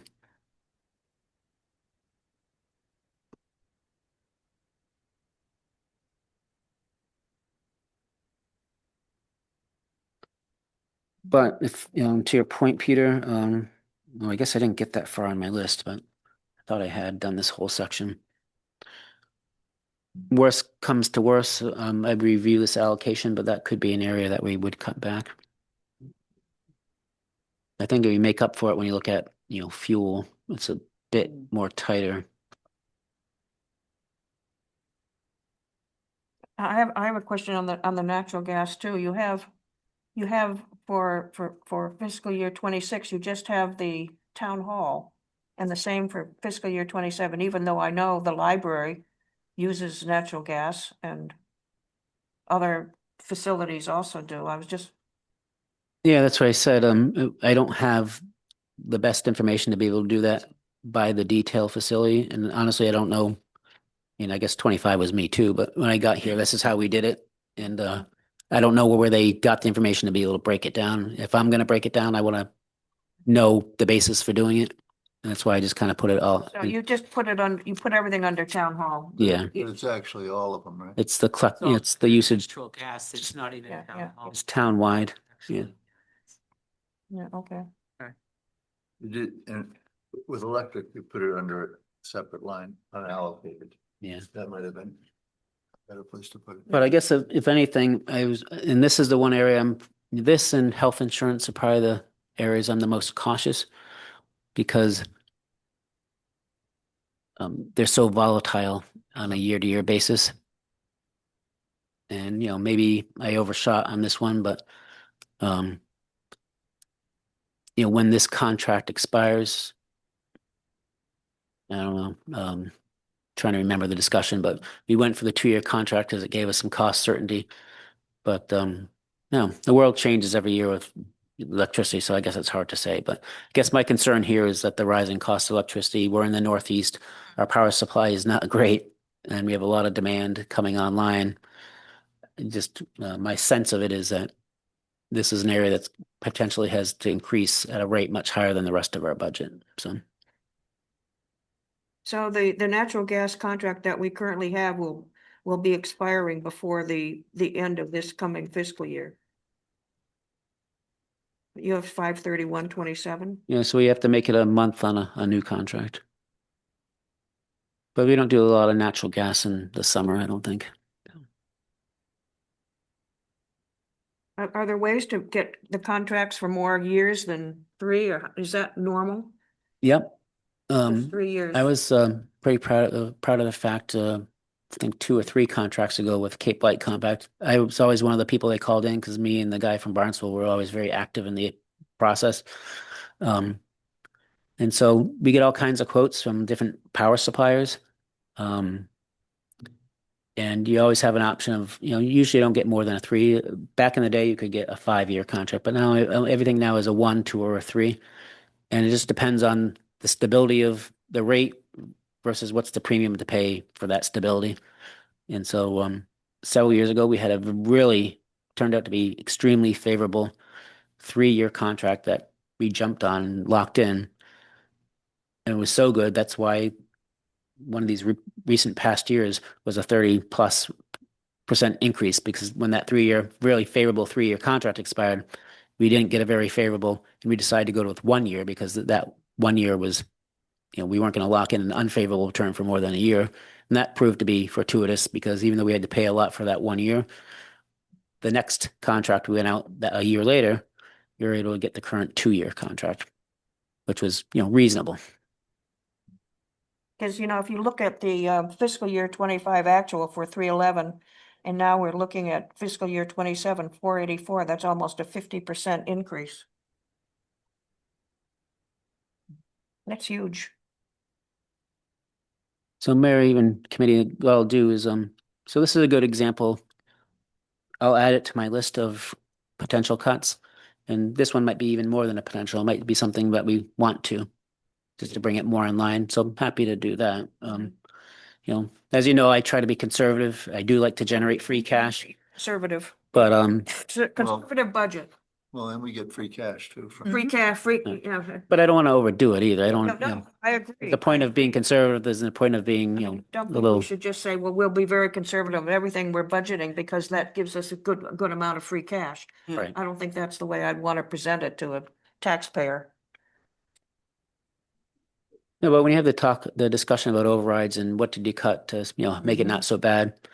Like I said, there's a lot of foregone increases that to my mind are cuts, but this might be something that is, he went through the finance committee process and flagged this item, and that is a cut from where we started, right? Mhm. At least people, it's nominal, but people would appreciate, I think, that we're not being egregious in what our conservative practice.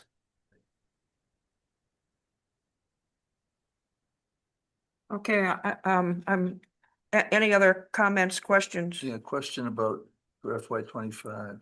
Oh. I think that must mean in the notes, it says for FY25, we are anticipating, probably mean for FY27, right? But higher usage for additional vehicles added to fleet. So have we added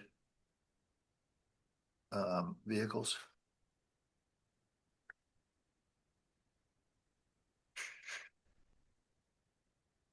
Well, that was for 25. I just left that in there. That's an old note. Yes. And, I'm sure we did. At Back this in point, I can't 25, okay. can't It's for recall. fiscal year 25. Can't recall what that was. I know we had a new maintenance van. Okay, but that's history. And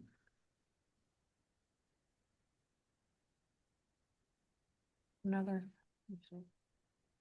that was how you got to your gas and diesel. 183.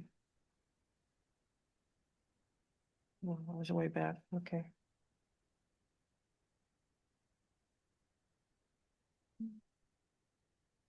All righty, we've done the energy and fuel expense. Let me see, where are we? You see, that's through, that's 187, We're at, 188. allocated. Thank you, Kate, we're under. Or up to property and liability insurance page, starting with 188, is it? 183 to 190. So really, this piece here, I'm being optimistic, but we'll probably see at least a 7.5% increase in premiums. And then I think and it's hard for me to know that by specific policy. So I think I put in here, sure where I put the increase in. Probably put it on just one line, not knowing where it probably was going to come from. Although it does look like increased. I have to go back and check my formulas on that. But the minimum is about a 7.5, if not more. We have our annual insurance review and we get some estimates coming up any day now. So with that insight, this is something I could probably fine tune a little bit.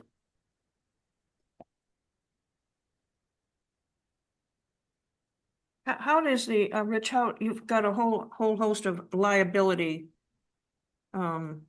items here. How are they determined? The amounts or what they're covering? Yeah, those are all different coverages Yeah, right. for different things.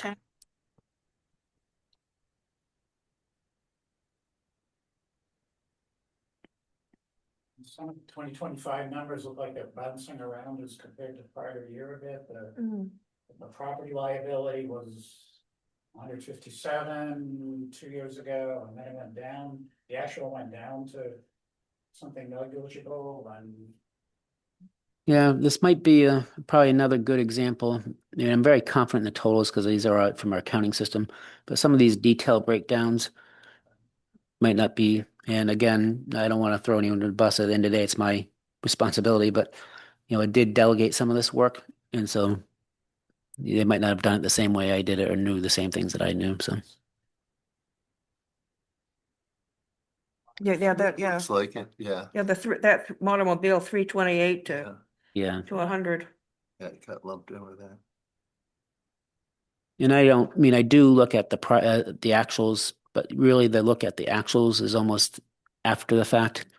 It's everything's it is almost like a zero-based budgeting. It's what policies do we have and what's the expectation for that cost, and that's what I put down, and then I check the actuals as a sensibility check type of thing. But that's why we can have that differential with because I'm not going from the actuals, I'm going from actual knowledge. Rich, it also seems like with some of these liability differences, it could be that maybe you had one event that skewed things. No, No?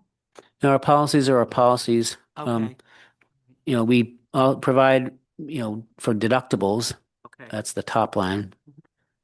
So that's an area where, we don't, so that's almost like a provision. We don't, if nothing happens, we don't have a deductible. If lots of things happen, we have lots of deductibles. But if the event or the incident is either covered or it's not.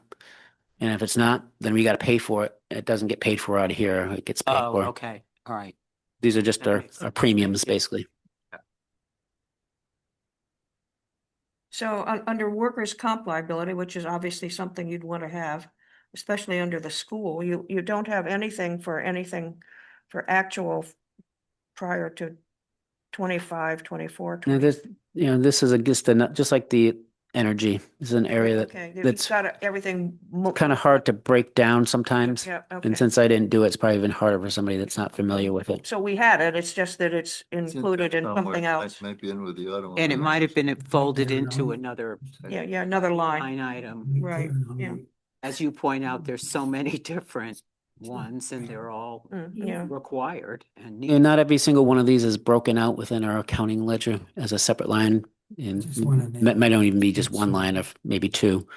So it requires somebody that knows what they're looking at to go through that line and say, okay, which one of these types is it? And so it's a little bit of a guessing game. And for me, I don't have to guess that much, but other people might not know. So it looks like, and I didn't look at it close enough to pick it up, but they started putting everything in the auto and Somebody did back then.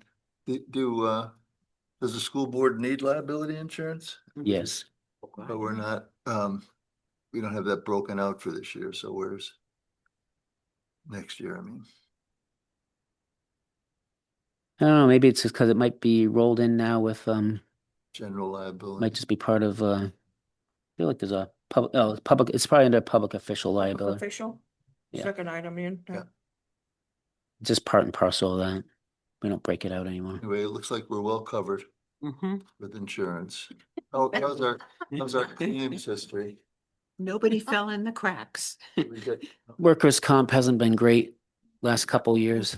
So our experience has been over one, which is, the modifier for where you get charged a premium or not. Now they start charging you for that if you have claims, right? Yeah.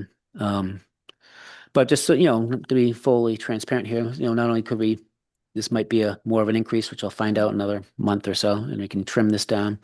But we can also trim our coverages. And so we have, that's a game. We could have more expensive deductibles, Higher deductibles, yeah. but maybe lower premiums. And we talk about every time we have our annual insurance review, I ask that question and the rep lets us know his perspective on it and we make a decision. But that's something that, if we need to be bare bones and cut the budget, that's what a lot of towns do. They Get higher Have- deductible. poor coverage and then something bad happens and like, how can that be so poorly covered?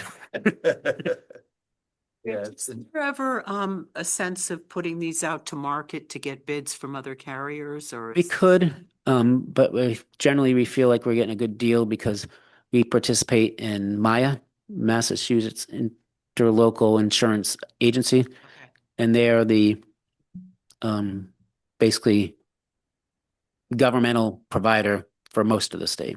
Okay. So you could go out and ask a private broker to get you, but this is their business. It's a nonprofit professional organization, and this is what they do to save money for cities and towns. Wish they did it for private citizens too then. It Yeah. sounds like they're great. Yeah. And we do have to have some private insurance for things they don't cover, but it's very limited. Yeah, that marina ops liability, I think, is Looking at that, yeah.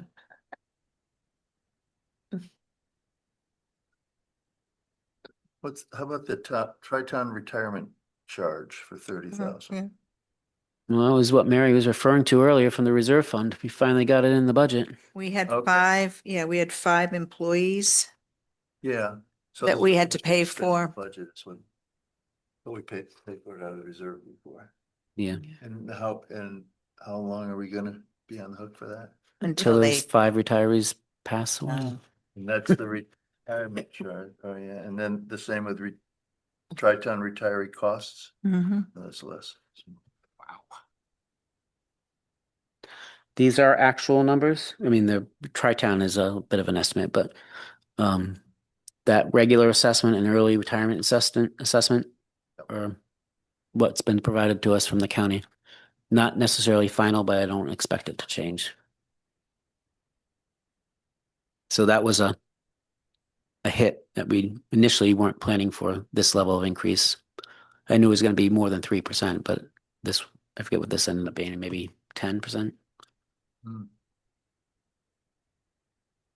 How about the employee health insurance and other big numbers that estimate must be right? It's an estimate at the moment. Basically, it represents 12% increase.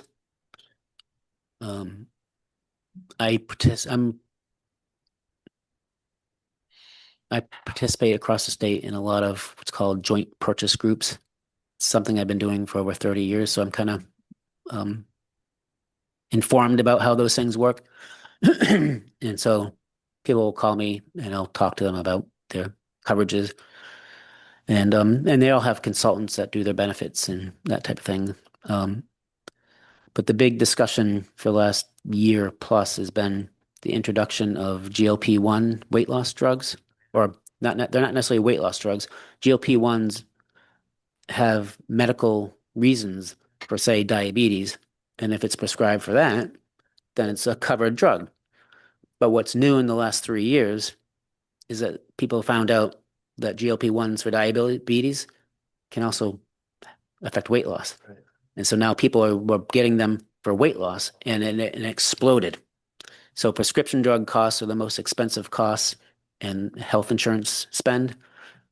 And anyway, and then you add this on, and prescription drug costs have gone up over 50% year over year for the last 3 years.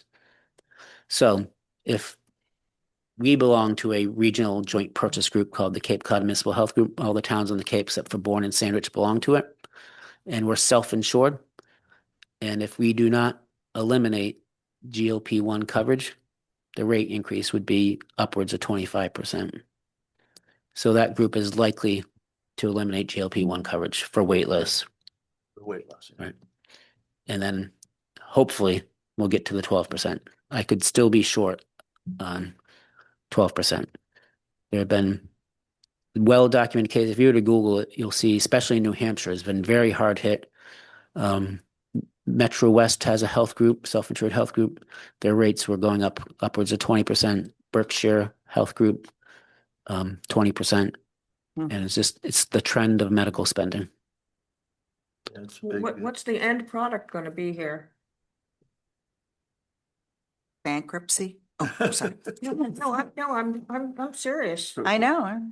But I think what's going to come down the road inevitably, and it's been a good 10 plus years, maybe 12, and you can't do it all the time, but periodically there's got to be what we call plan design changes. That's right.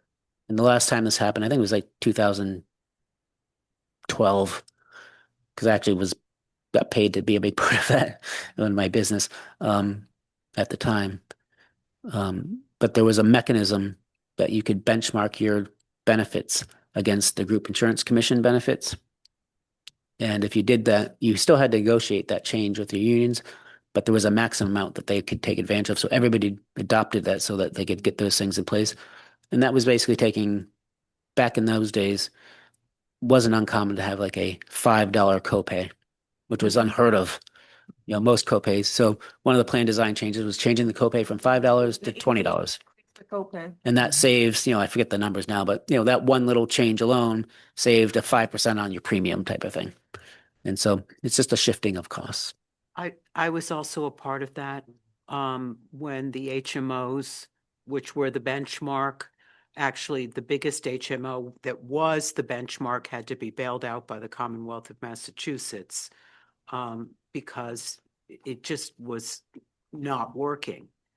Part of the problem is that the pharmaceutical companies are charging so much money for this stuff because they can.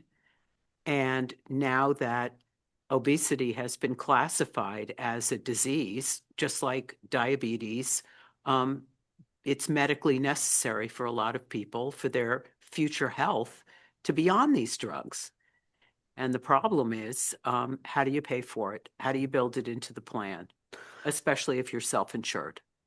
What's interesting is you're starting to see the cost of weight loss drugs or GLP-1s come down because they don't want to lose market share, because That's right. lots of insurance companies are now eliminating them from their plans. That's right. And so how are you going to keep people using them? Because if you start on them, maybe you'll go up to a high dose, but eventually you'll get to a maintenance dose and work your way down, but you're always going to be on it. So it's like a recurring revenue. So they want to hook as many people as they can to keep them on it for the next 10 years. And so things that used to cost $600-700 to buy, now they have Eli Lilly Direct, and you can get your, whatever it is, One of them. one of them, for $200, and it's $200 a month, and you're hooked. As opposed to 1,500 that, a year ago or something. Yeah, So what's that tell you? they're so smart. We're all being It costs gouged. 50 cents to make these And, little. and now they're products. making them into pills. You don't even have to use injectables. So for the people that are afraid of needles, Yeah. all they have to do is take a pill. I mean, it's kind of, well, And sorry, oh darn it. I really should have looked at this more, but I didn't have the actual in here. But if for the health insurance, Oh. so I'll have to fix that. But as you might recall from the year-end closing, this is an area that generates a lot of free cash. I think we had savings of about $400,000 on that 4 million, so about a 10% savings. So the number sounds big, $400,000 of savings that becomes free cash, but it's about 10% of that spend. And when an environment where budgets are going up 12, the threatening of 25%, this area, health insurance and electricity, are the two areas that I need to be, in my mind, ultra conservative. Because we have one of those big rate increase years, and if the rate increase is 20%, I'm not going to move off our 12. We'll absorb it and hopefully get through to another year. Do we have many people that opt out of the health insurance? We do, and you can see it's a separate line. Their spouse might have a program someplace Yeah. else? Yep. Mhm. It's about townwide about 20 people, right? 20. So 20 by 5,000. Well, that would be if they're all family, so they're not all family. So it's more than that. But I'd say somewhere around 20 to 30, depending on the mix of family to individual. You get 5,000 as a family plan, 2,500 as a single plan if you opt out, which is a benefit to us. And that's when one of the things when I first got here had just been put in place. That's helped moderate this budget. Because the alternative is instead of spending that $500 or $2,500 is to spend 20 grand or 15 grand or 25 grand, Better to give them some money to not take it. have their Well, that's what- program versus including them in our, Right. And the other thing you- is the HSA plans, the high deductible plans, we just offered, I think this is our third year now. Is about an 18% savings on premium for us. But we have to contribute money in to their HSA, so it's not quite 18% savings, but we probably have about at least a 10% savings if people are on those plans. So, and you ought to know, there's a lot of detail to this. I created a thing many years ago for other groups to use, so I use it here. I get all the actual enrollments of our people on their actual plans to calculate what we need for a budget. And then if we have any, if I know that we have, 4 new police officers coming on, I'll add 4, a family plan or a couple family and a couple single to that to determine based on our current enrollment exactly how much we need. And we are slightly over budgeted, but again, it's protection against these huge spikes that we see in this. So these aren't just, again, it's unlike some things like the electricity. This has a lot much more knowledge behind it. We know the spend and where it comes from. so how do you determine how much you are giving somebody who opts out? It was negotiated as part of their contracts. Part of the contract? Okay. Is the percentage that we cover for health insurance that the town covers negotiated as part of the contract? It is, yeah. Is it pretty narrow range that you can negotiate, or I think people can ask for anything they want to ask for. you can offer anything you want? No, we can't offer anything. Minimum we have to offer is 50%. That's state law. But there's nobody at 50% anymore. And so that's the challenge when you're negotiating contracts. Do they want to bring that to the table because another town does more? And gone are the days of the employer that covered 100% of the medical insurance. Good. Yeah, But at 65%, we're at this point among the very lowest. generous. Low- But it's no, generous. it's generous, but it's among the lowest of our neighboring towns. So we really can't go any lower. No, the trend is the other direction now. We're going back to, Jeez. I would think, yeah. Hmm. Yeah. Way around it, and the bad news keeps coming because the schools, are 80% of their budget is employees, and Yeah, yeah. they all have health insurance. So we're gonna be hearing about that. Okay. Okay, 189, 190. Any more Nope. questions on those? I just want to point out the salary adjustment account that I talked about previously.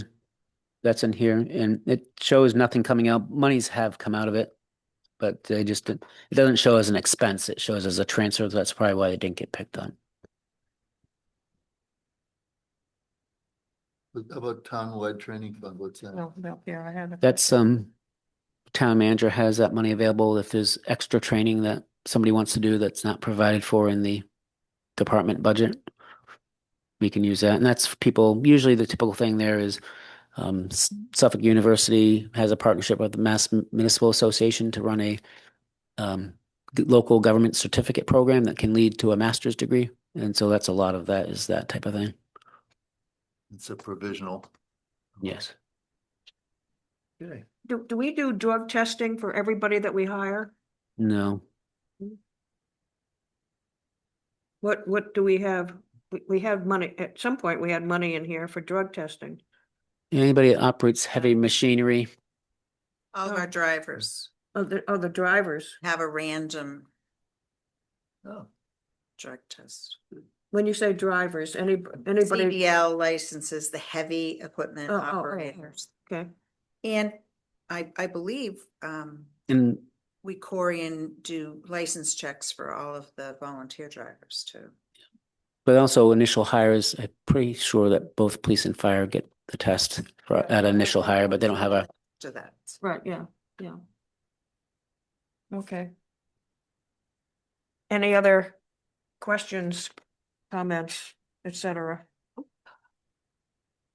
All righty, we are moving along. You're moving to debt. budget is going, it's gonna go down. that's me saving the town money. There you So- go. No, unfortunately, this is very prescribed. There's not much we can do here. This is another one of those budgets that's really out of our control once it happens. This is all our scheduled debt. The one thing that is, fluid, I do list every single project so you can see the, history over the last 3 years of it. A lot of these things have matured and and we consolidated to other things. And so we just I can actually update this a little bit because we just did our bond results and I had calculated this at 4%, but the coupon rate's 3.5% and the net interest cost is actually 2.8 something. We got a really amazing rate because of our financial position in the market, but For the new bond? for the new bond. So anything at the bottom here are estimates. So 2,105,000 was for our water bond anticipation note. And so when you calculate the pay down that has to happen with that upon maturity and the interest, it's the 148 at 4%. So it'll be slightly better than that. So I'll update that to reflect that now that we have the actual results. And Where are you, Rich? Sorry. Where, You lost me. I've lost my pages here. 196. 196. 196, At the very bottom of the debt page. okay, just a minute, So the two 180, million. 190. It's in the description on the left. Short-term water ban, 2,105,000 Oh, okay. for 7 months at 4% plus a 90. Got a better rate than that. We got a slightly better rate. 196. 3.5 is a coupon and 2.8 some odd number for the net. Because we got a premium associated with it. And the three, is that rate reflected in here? The 3.5? No. No, the 4 is. I just learned that Okay. Monday, so. And on the other, the new short-term bond, the one right below that? Yep, so that's the Del Gizzi amount, Yeah. plus $1 million for non-SRF costs for wastewater. Wastewater. We'll have things that SRF won't cover. And so that's an estimate of those amounts. And then the non-SRF costs, mostly the paving for the last water contract. Yep. Was 2 million, What page are you on right now? 196. 196, And okay, I've got it. These two bonds. Yeah, okay, thank you. So if you add all those up, and I don't know if I said the 850 for the Del Gizzi taking as well. And that adds up to 3,850,000. 7 months, 4%. That's the interest cost only. There's no pay down on that piece. No pay down. And that one is is official at 4%. That's not estimate. No, that was the estimate. It's got the same deal on that one that we got on the water rollover. Oh, you did? Yeah. Oh, great. We did them all, consolidated them all together, which is why we didn't necessarily have to do that 1 million for the wastewater. But this was just an opportune time because you don't want to have to do Right. 1 million by itself if we're doing 4 million otherwise. So just, estimated that, put it in, and hopefully next September when these mature, we'll do one bond and permanently finance all of these things. So I certainly, bond issuance costs money, but a bond issuance is significant. It's 125 grand probably due to bond issuance. So I try to consolidate as many things as we can into it so we can get only do it once if we can.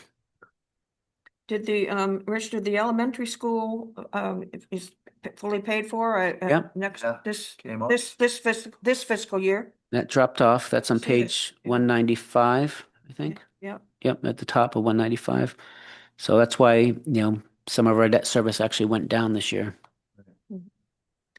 And I have a question. I mean, we were talking about the Tri-Town thing. That seems like it goes on and on and on and on. I mean, How the many Tri-Town years? issues, you've got Tri-Town demolition and you've got another Tri-Town demolition. How, We had two votes and two yeah, pieces of debt. yeah. So Tri-Town, for those who might not know, was a joint effort between Yeah. Orleans, Brewster, and Eastham to construct a septic discharge facility. And we got favorable rates. Our residents got favorable rates versus non-members. So if you're in Truro or Wellfleet, you paid a higher rate than Eastham folks did to pump your septic system and drop it off at Tri-Town. But that plant reached the end of its useful life. I forget what year it was, like 2010, maybe something like that. Long time. And none of the towns that owned it. Should until 18 though. Oh, was it? You didn't, yeah. Was there asbestos issues? Yes, that was the part two. That That was was the part second two. one, okay. That- So it when was that two was- town meeting votes, so we borrowed twice. And we But- weren't aware of the asbestos originally. Yeah. But the towns didn't provide for anything, and Tri-Town was always operating on a shoestring operating budget, so they certainly didn't have any money set aside for decommissioning. So if we'd been forward thinking, we would have added decommissioning costs aside for these, but nobody did. And so whatever that cost us, the millions of dollars, we had to split that 3 ways, and now we're paying debt service for 25 years on it. 25.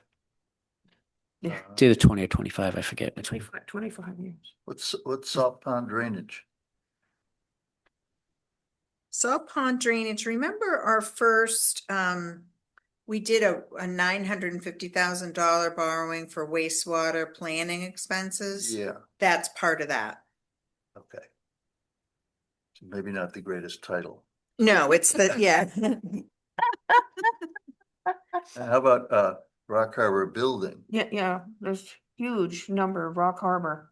Well, Well- Rock Harbor Building was that original, Mm. we separated it all out into little pieces here. Yeah. That basically was the Rock Harbor work that we started and then didn't do because it was ridiculous amount of money for 900. Rock Harbor improvements, and we still have, We still have some in the. yes. And so probably one of the articles you'll Repurposed. see is I'm looking to repurpose that for something. So once I Or figure to that put out. it aside for the next dredge, one or the other. Okay. Oh, although it's a different year for that. And what were the two tea time ones, A and B? So we had to split that out. It's basically the tea time purchase, but Okay. there's a quirk to this. Word If provision. there's going to be potential private use, then it can't be a tax exempt municipal bond because it has private use. But so we didn't know how much might be private and how much might not be private. But I worked with bond counsel. We were clever, and it's like because there's within the law there's safe harbor provisions, and I forget them now, but we figured them all out, and the B was the minimum amount we needed to make not tax exempt And to to allow hit- you to do- hit that safe harbor. So A is tax exempt to a purchaser, B isn't.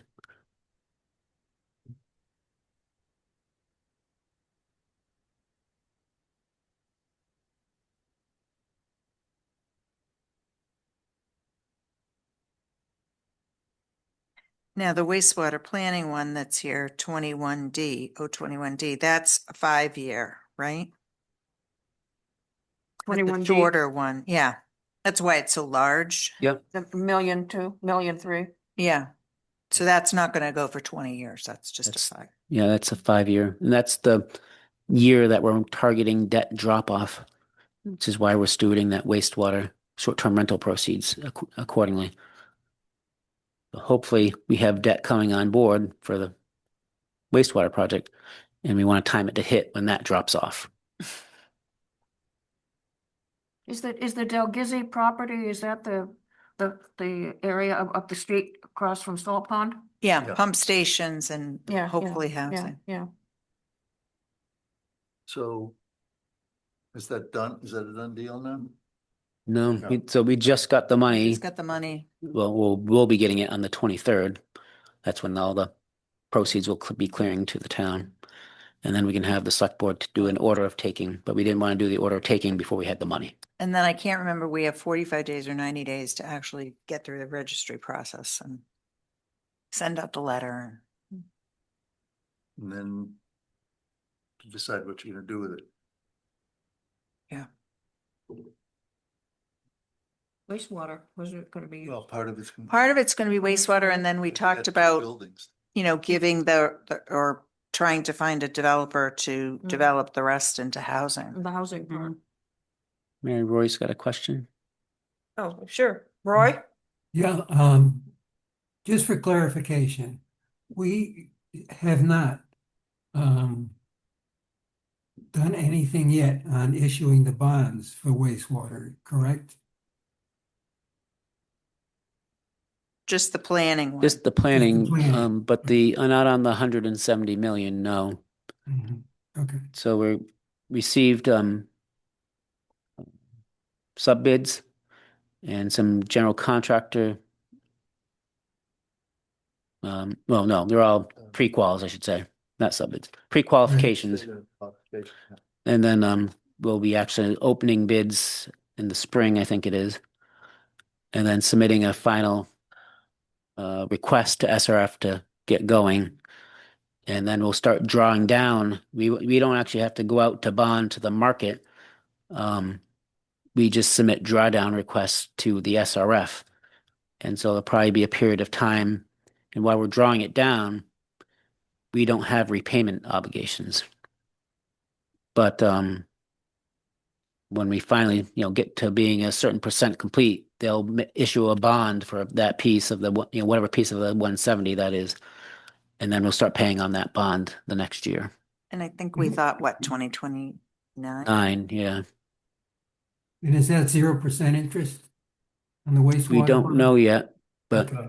We but- don't know until we just got the project approval letter to proceed, and so that got sent to the SRF. So, but usually it's at the very kind of last minute, they send us the paperwork with the actual loan Mhm. costs percentage. And then, of course, we get loan forgiveness. I mean, on water, we got $14 million with the loan forgiveness, which didn't hurt. May get it, right? No, we got it. Did you get? Yeah.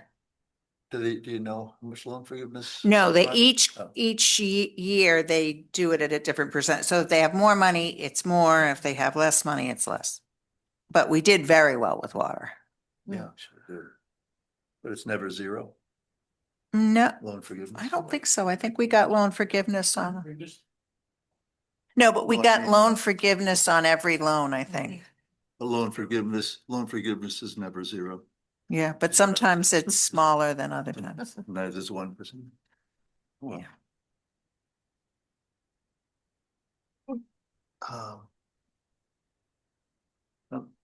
Any other? I just had a question about the comment at the bottom, Rich. So the USD loan isn't gonna come through as when you thought it would. But I guess my question is, does the budget reflect this? yeah, that note is an old note. I just kept it there for history purposes. So Okay. So including the part that says we will need some amount of money to finish paving phase 1 roads. That's, It's don't forget Yeah. that. Mhm. Okay. Any other questions, comments, et cetera?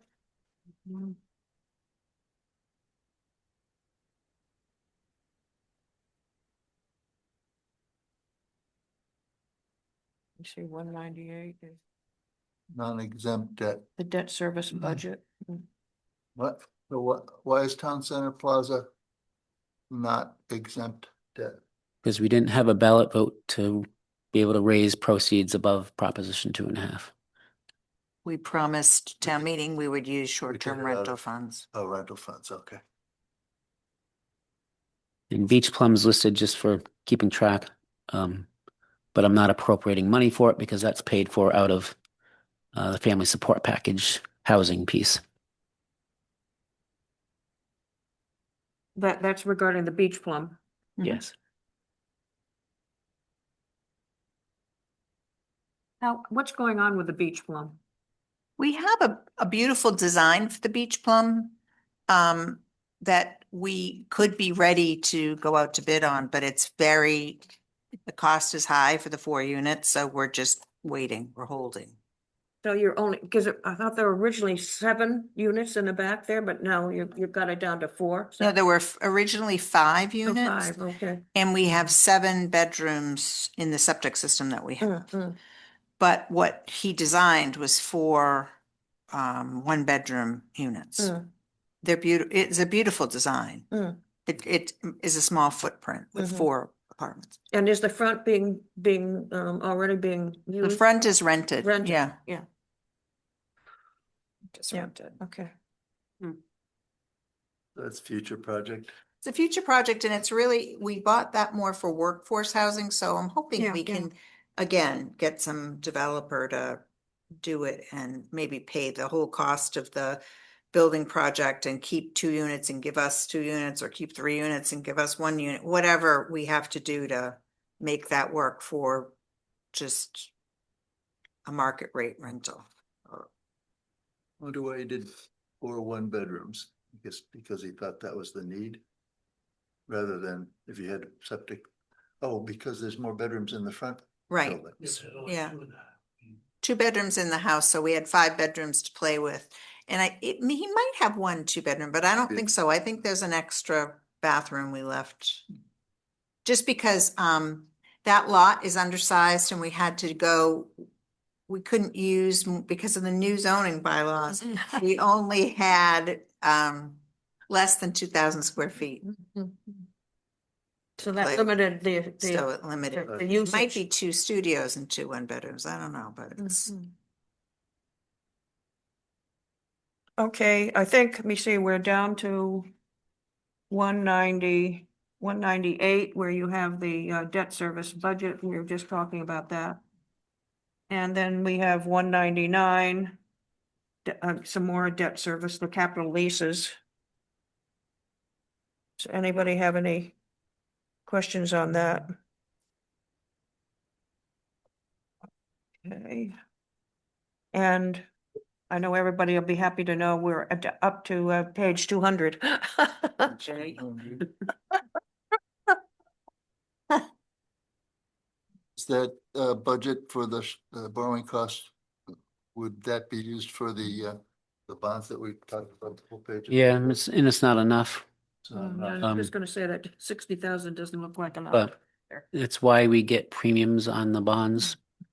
To the extent we got premium proceeds from premiums, the law allows us to use those premiums to pay the cost of issuance.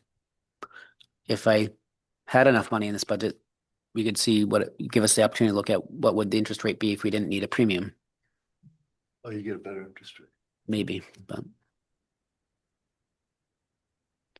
but this isn't, this budget isn't sufficient. This is an area that theoretically I should be increasing, but I didn't. It will just keep getting premiums to help cover up what we can't pay. Right, Okay, you got there. we've had a lengthy time here today. This is always the longest one. I want to thank Rich and Jackie for their assistance and their comments and help in understanding everything. Bring my booklet back. Okay. I'm looking at the agenda. New business.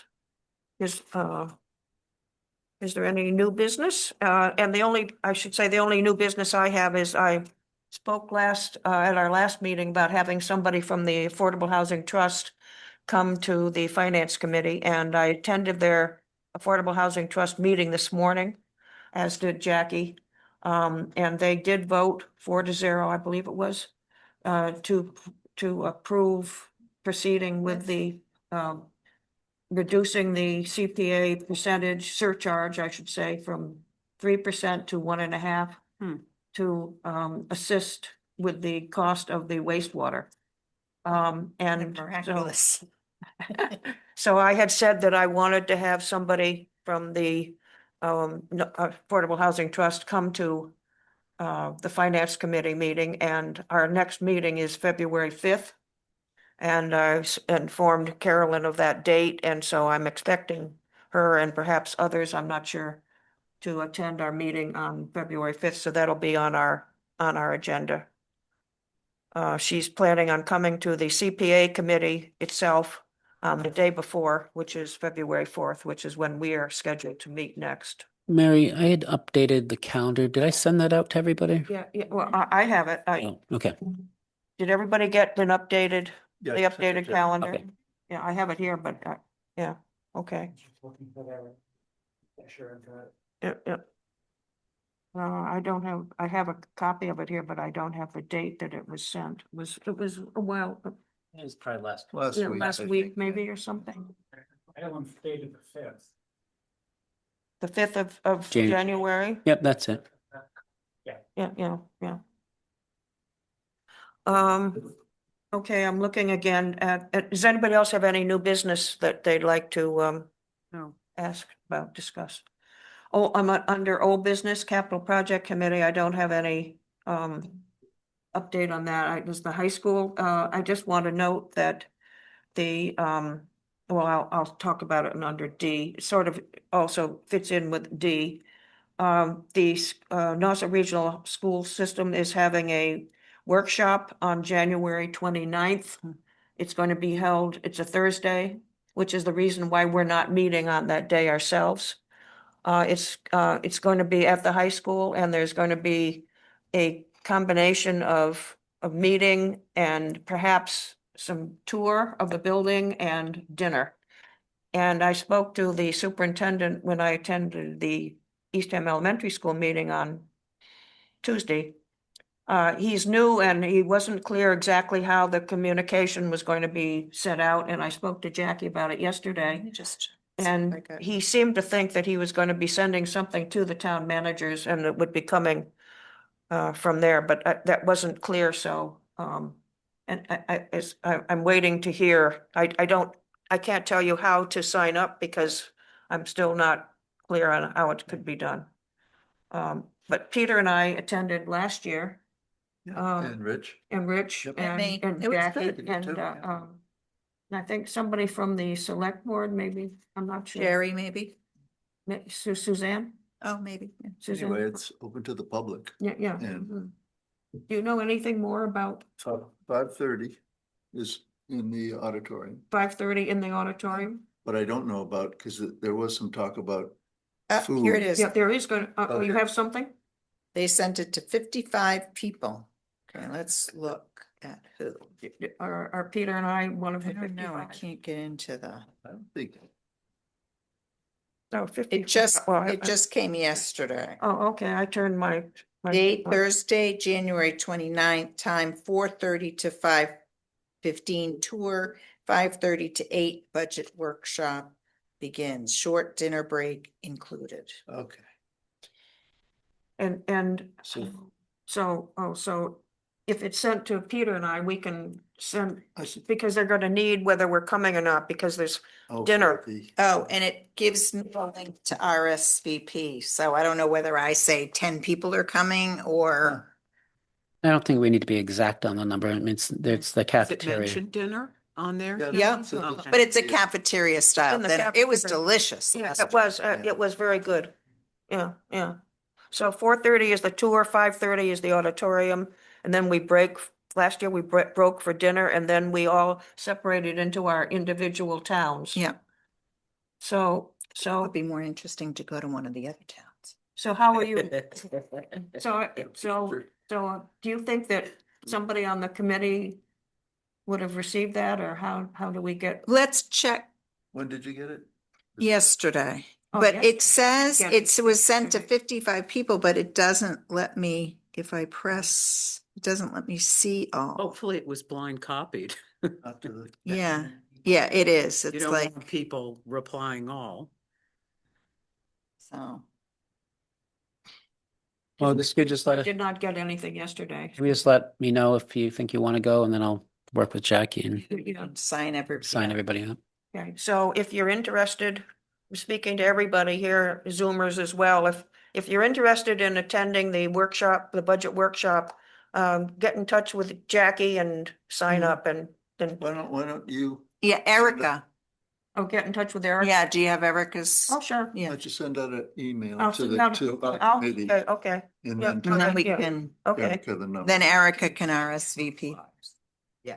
Mary, and Mary can give. okay, I'll send out an email tomorrow asking Okay, people perfect. who would like to attend. And then I'll give I should Erica think about the information. Yeah. All right. You gonna go? Puppy. Okay, Oh, you can't go. all righty. Excuse me. Yeah. I don't have any other new business. Other than the Affordable Housing Trust, and I was just chatting about the school budget, workshop. And the school itself, the High school? high school. Yeah, we haven't had a meeting since then. They opened for students on the 5th of January. And they're using the whole school now. Mm, So we're down to 300 items on the punch list, I think. Nothing major. But we're down from 400. So that's going in the right direction. And next Monday, I think they begin the demo on the on the modulars. temporary classrooms, yeah. And that's the final phase, Mm. Okay, most to the finish line. yep. We won't be unhappy to see that one close out. Been That long. 7-year project. Yeah, But yeah, I encourage everybody to go for the tour if you haven't seen it. It's yeah, it's It's pretty beautiful. spectacular. yep. And actually, when I send out my email, based on what you just said, Peter, maybe people should tell me whether they're going to come for the tour at 4:30 or just coming to the meeting itself, which would be dinner at 5:30, because some people might not be able to make it or be interested. I'm just, Well, yeah, and they have to anyway, yeah, get a rough idea how many tour yeah, guides. how are many gonna need. tour guides? Yeah, okay, I'll write it And how out in much my email. food? I have nothing else on the school efficiency. Their study should be coming out in the spring, I believe. That was the last I heard. I attended their last meeting in town here. And we did get a full draft report, so they're on target. Oh, good. Mhm. And the agreement is still being worked on. Right, That there was no. good way to put it.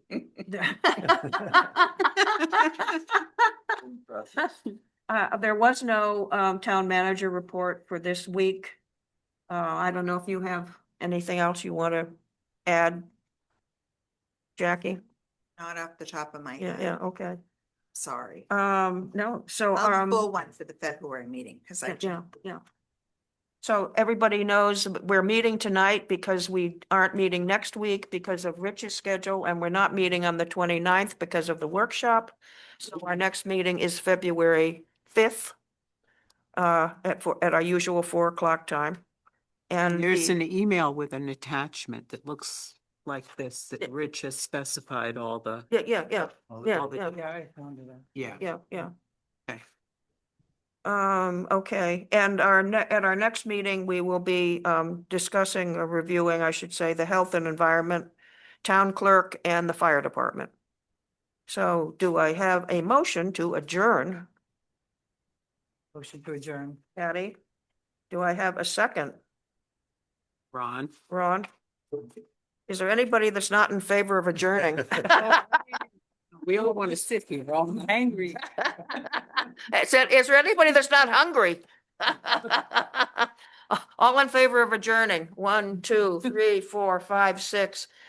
Paul, 7, Roy, 8. And I lost Steve somewhere along the line. To the ocean. I guess he got so hungry he had to leave early. Have a dinner. At least in us.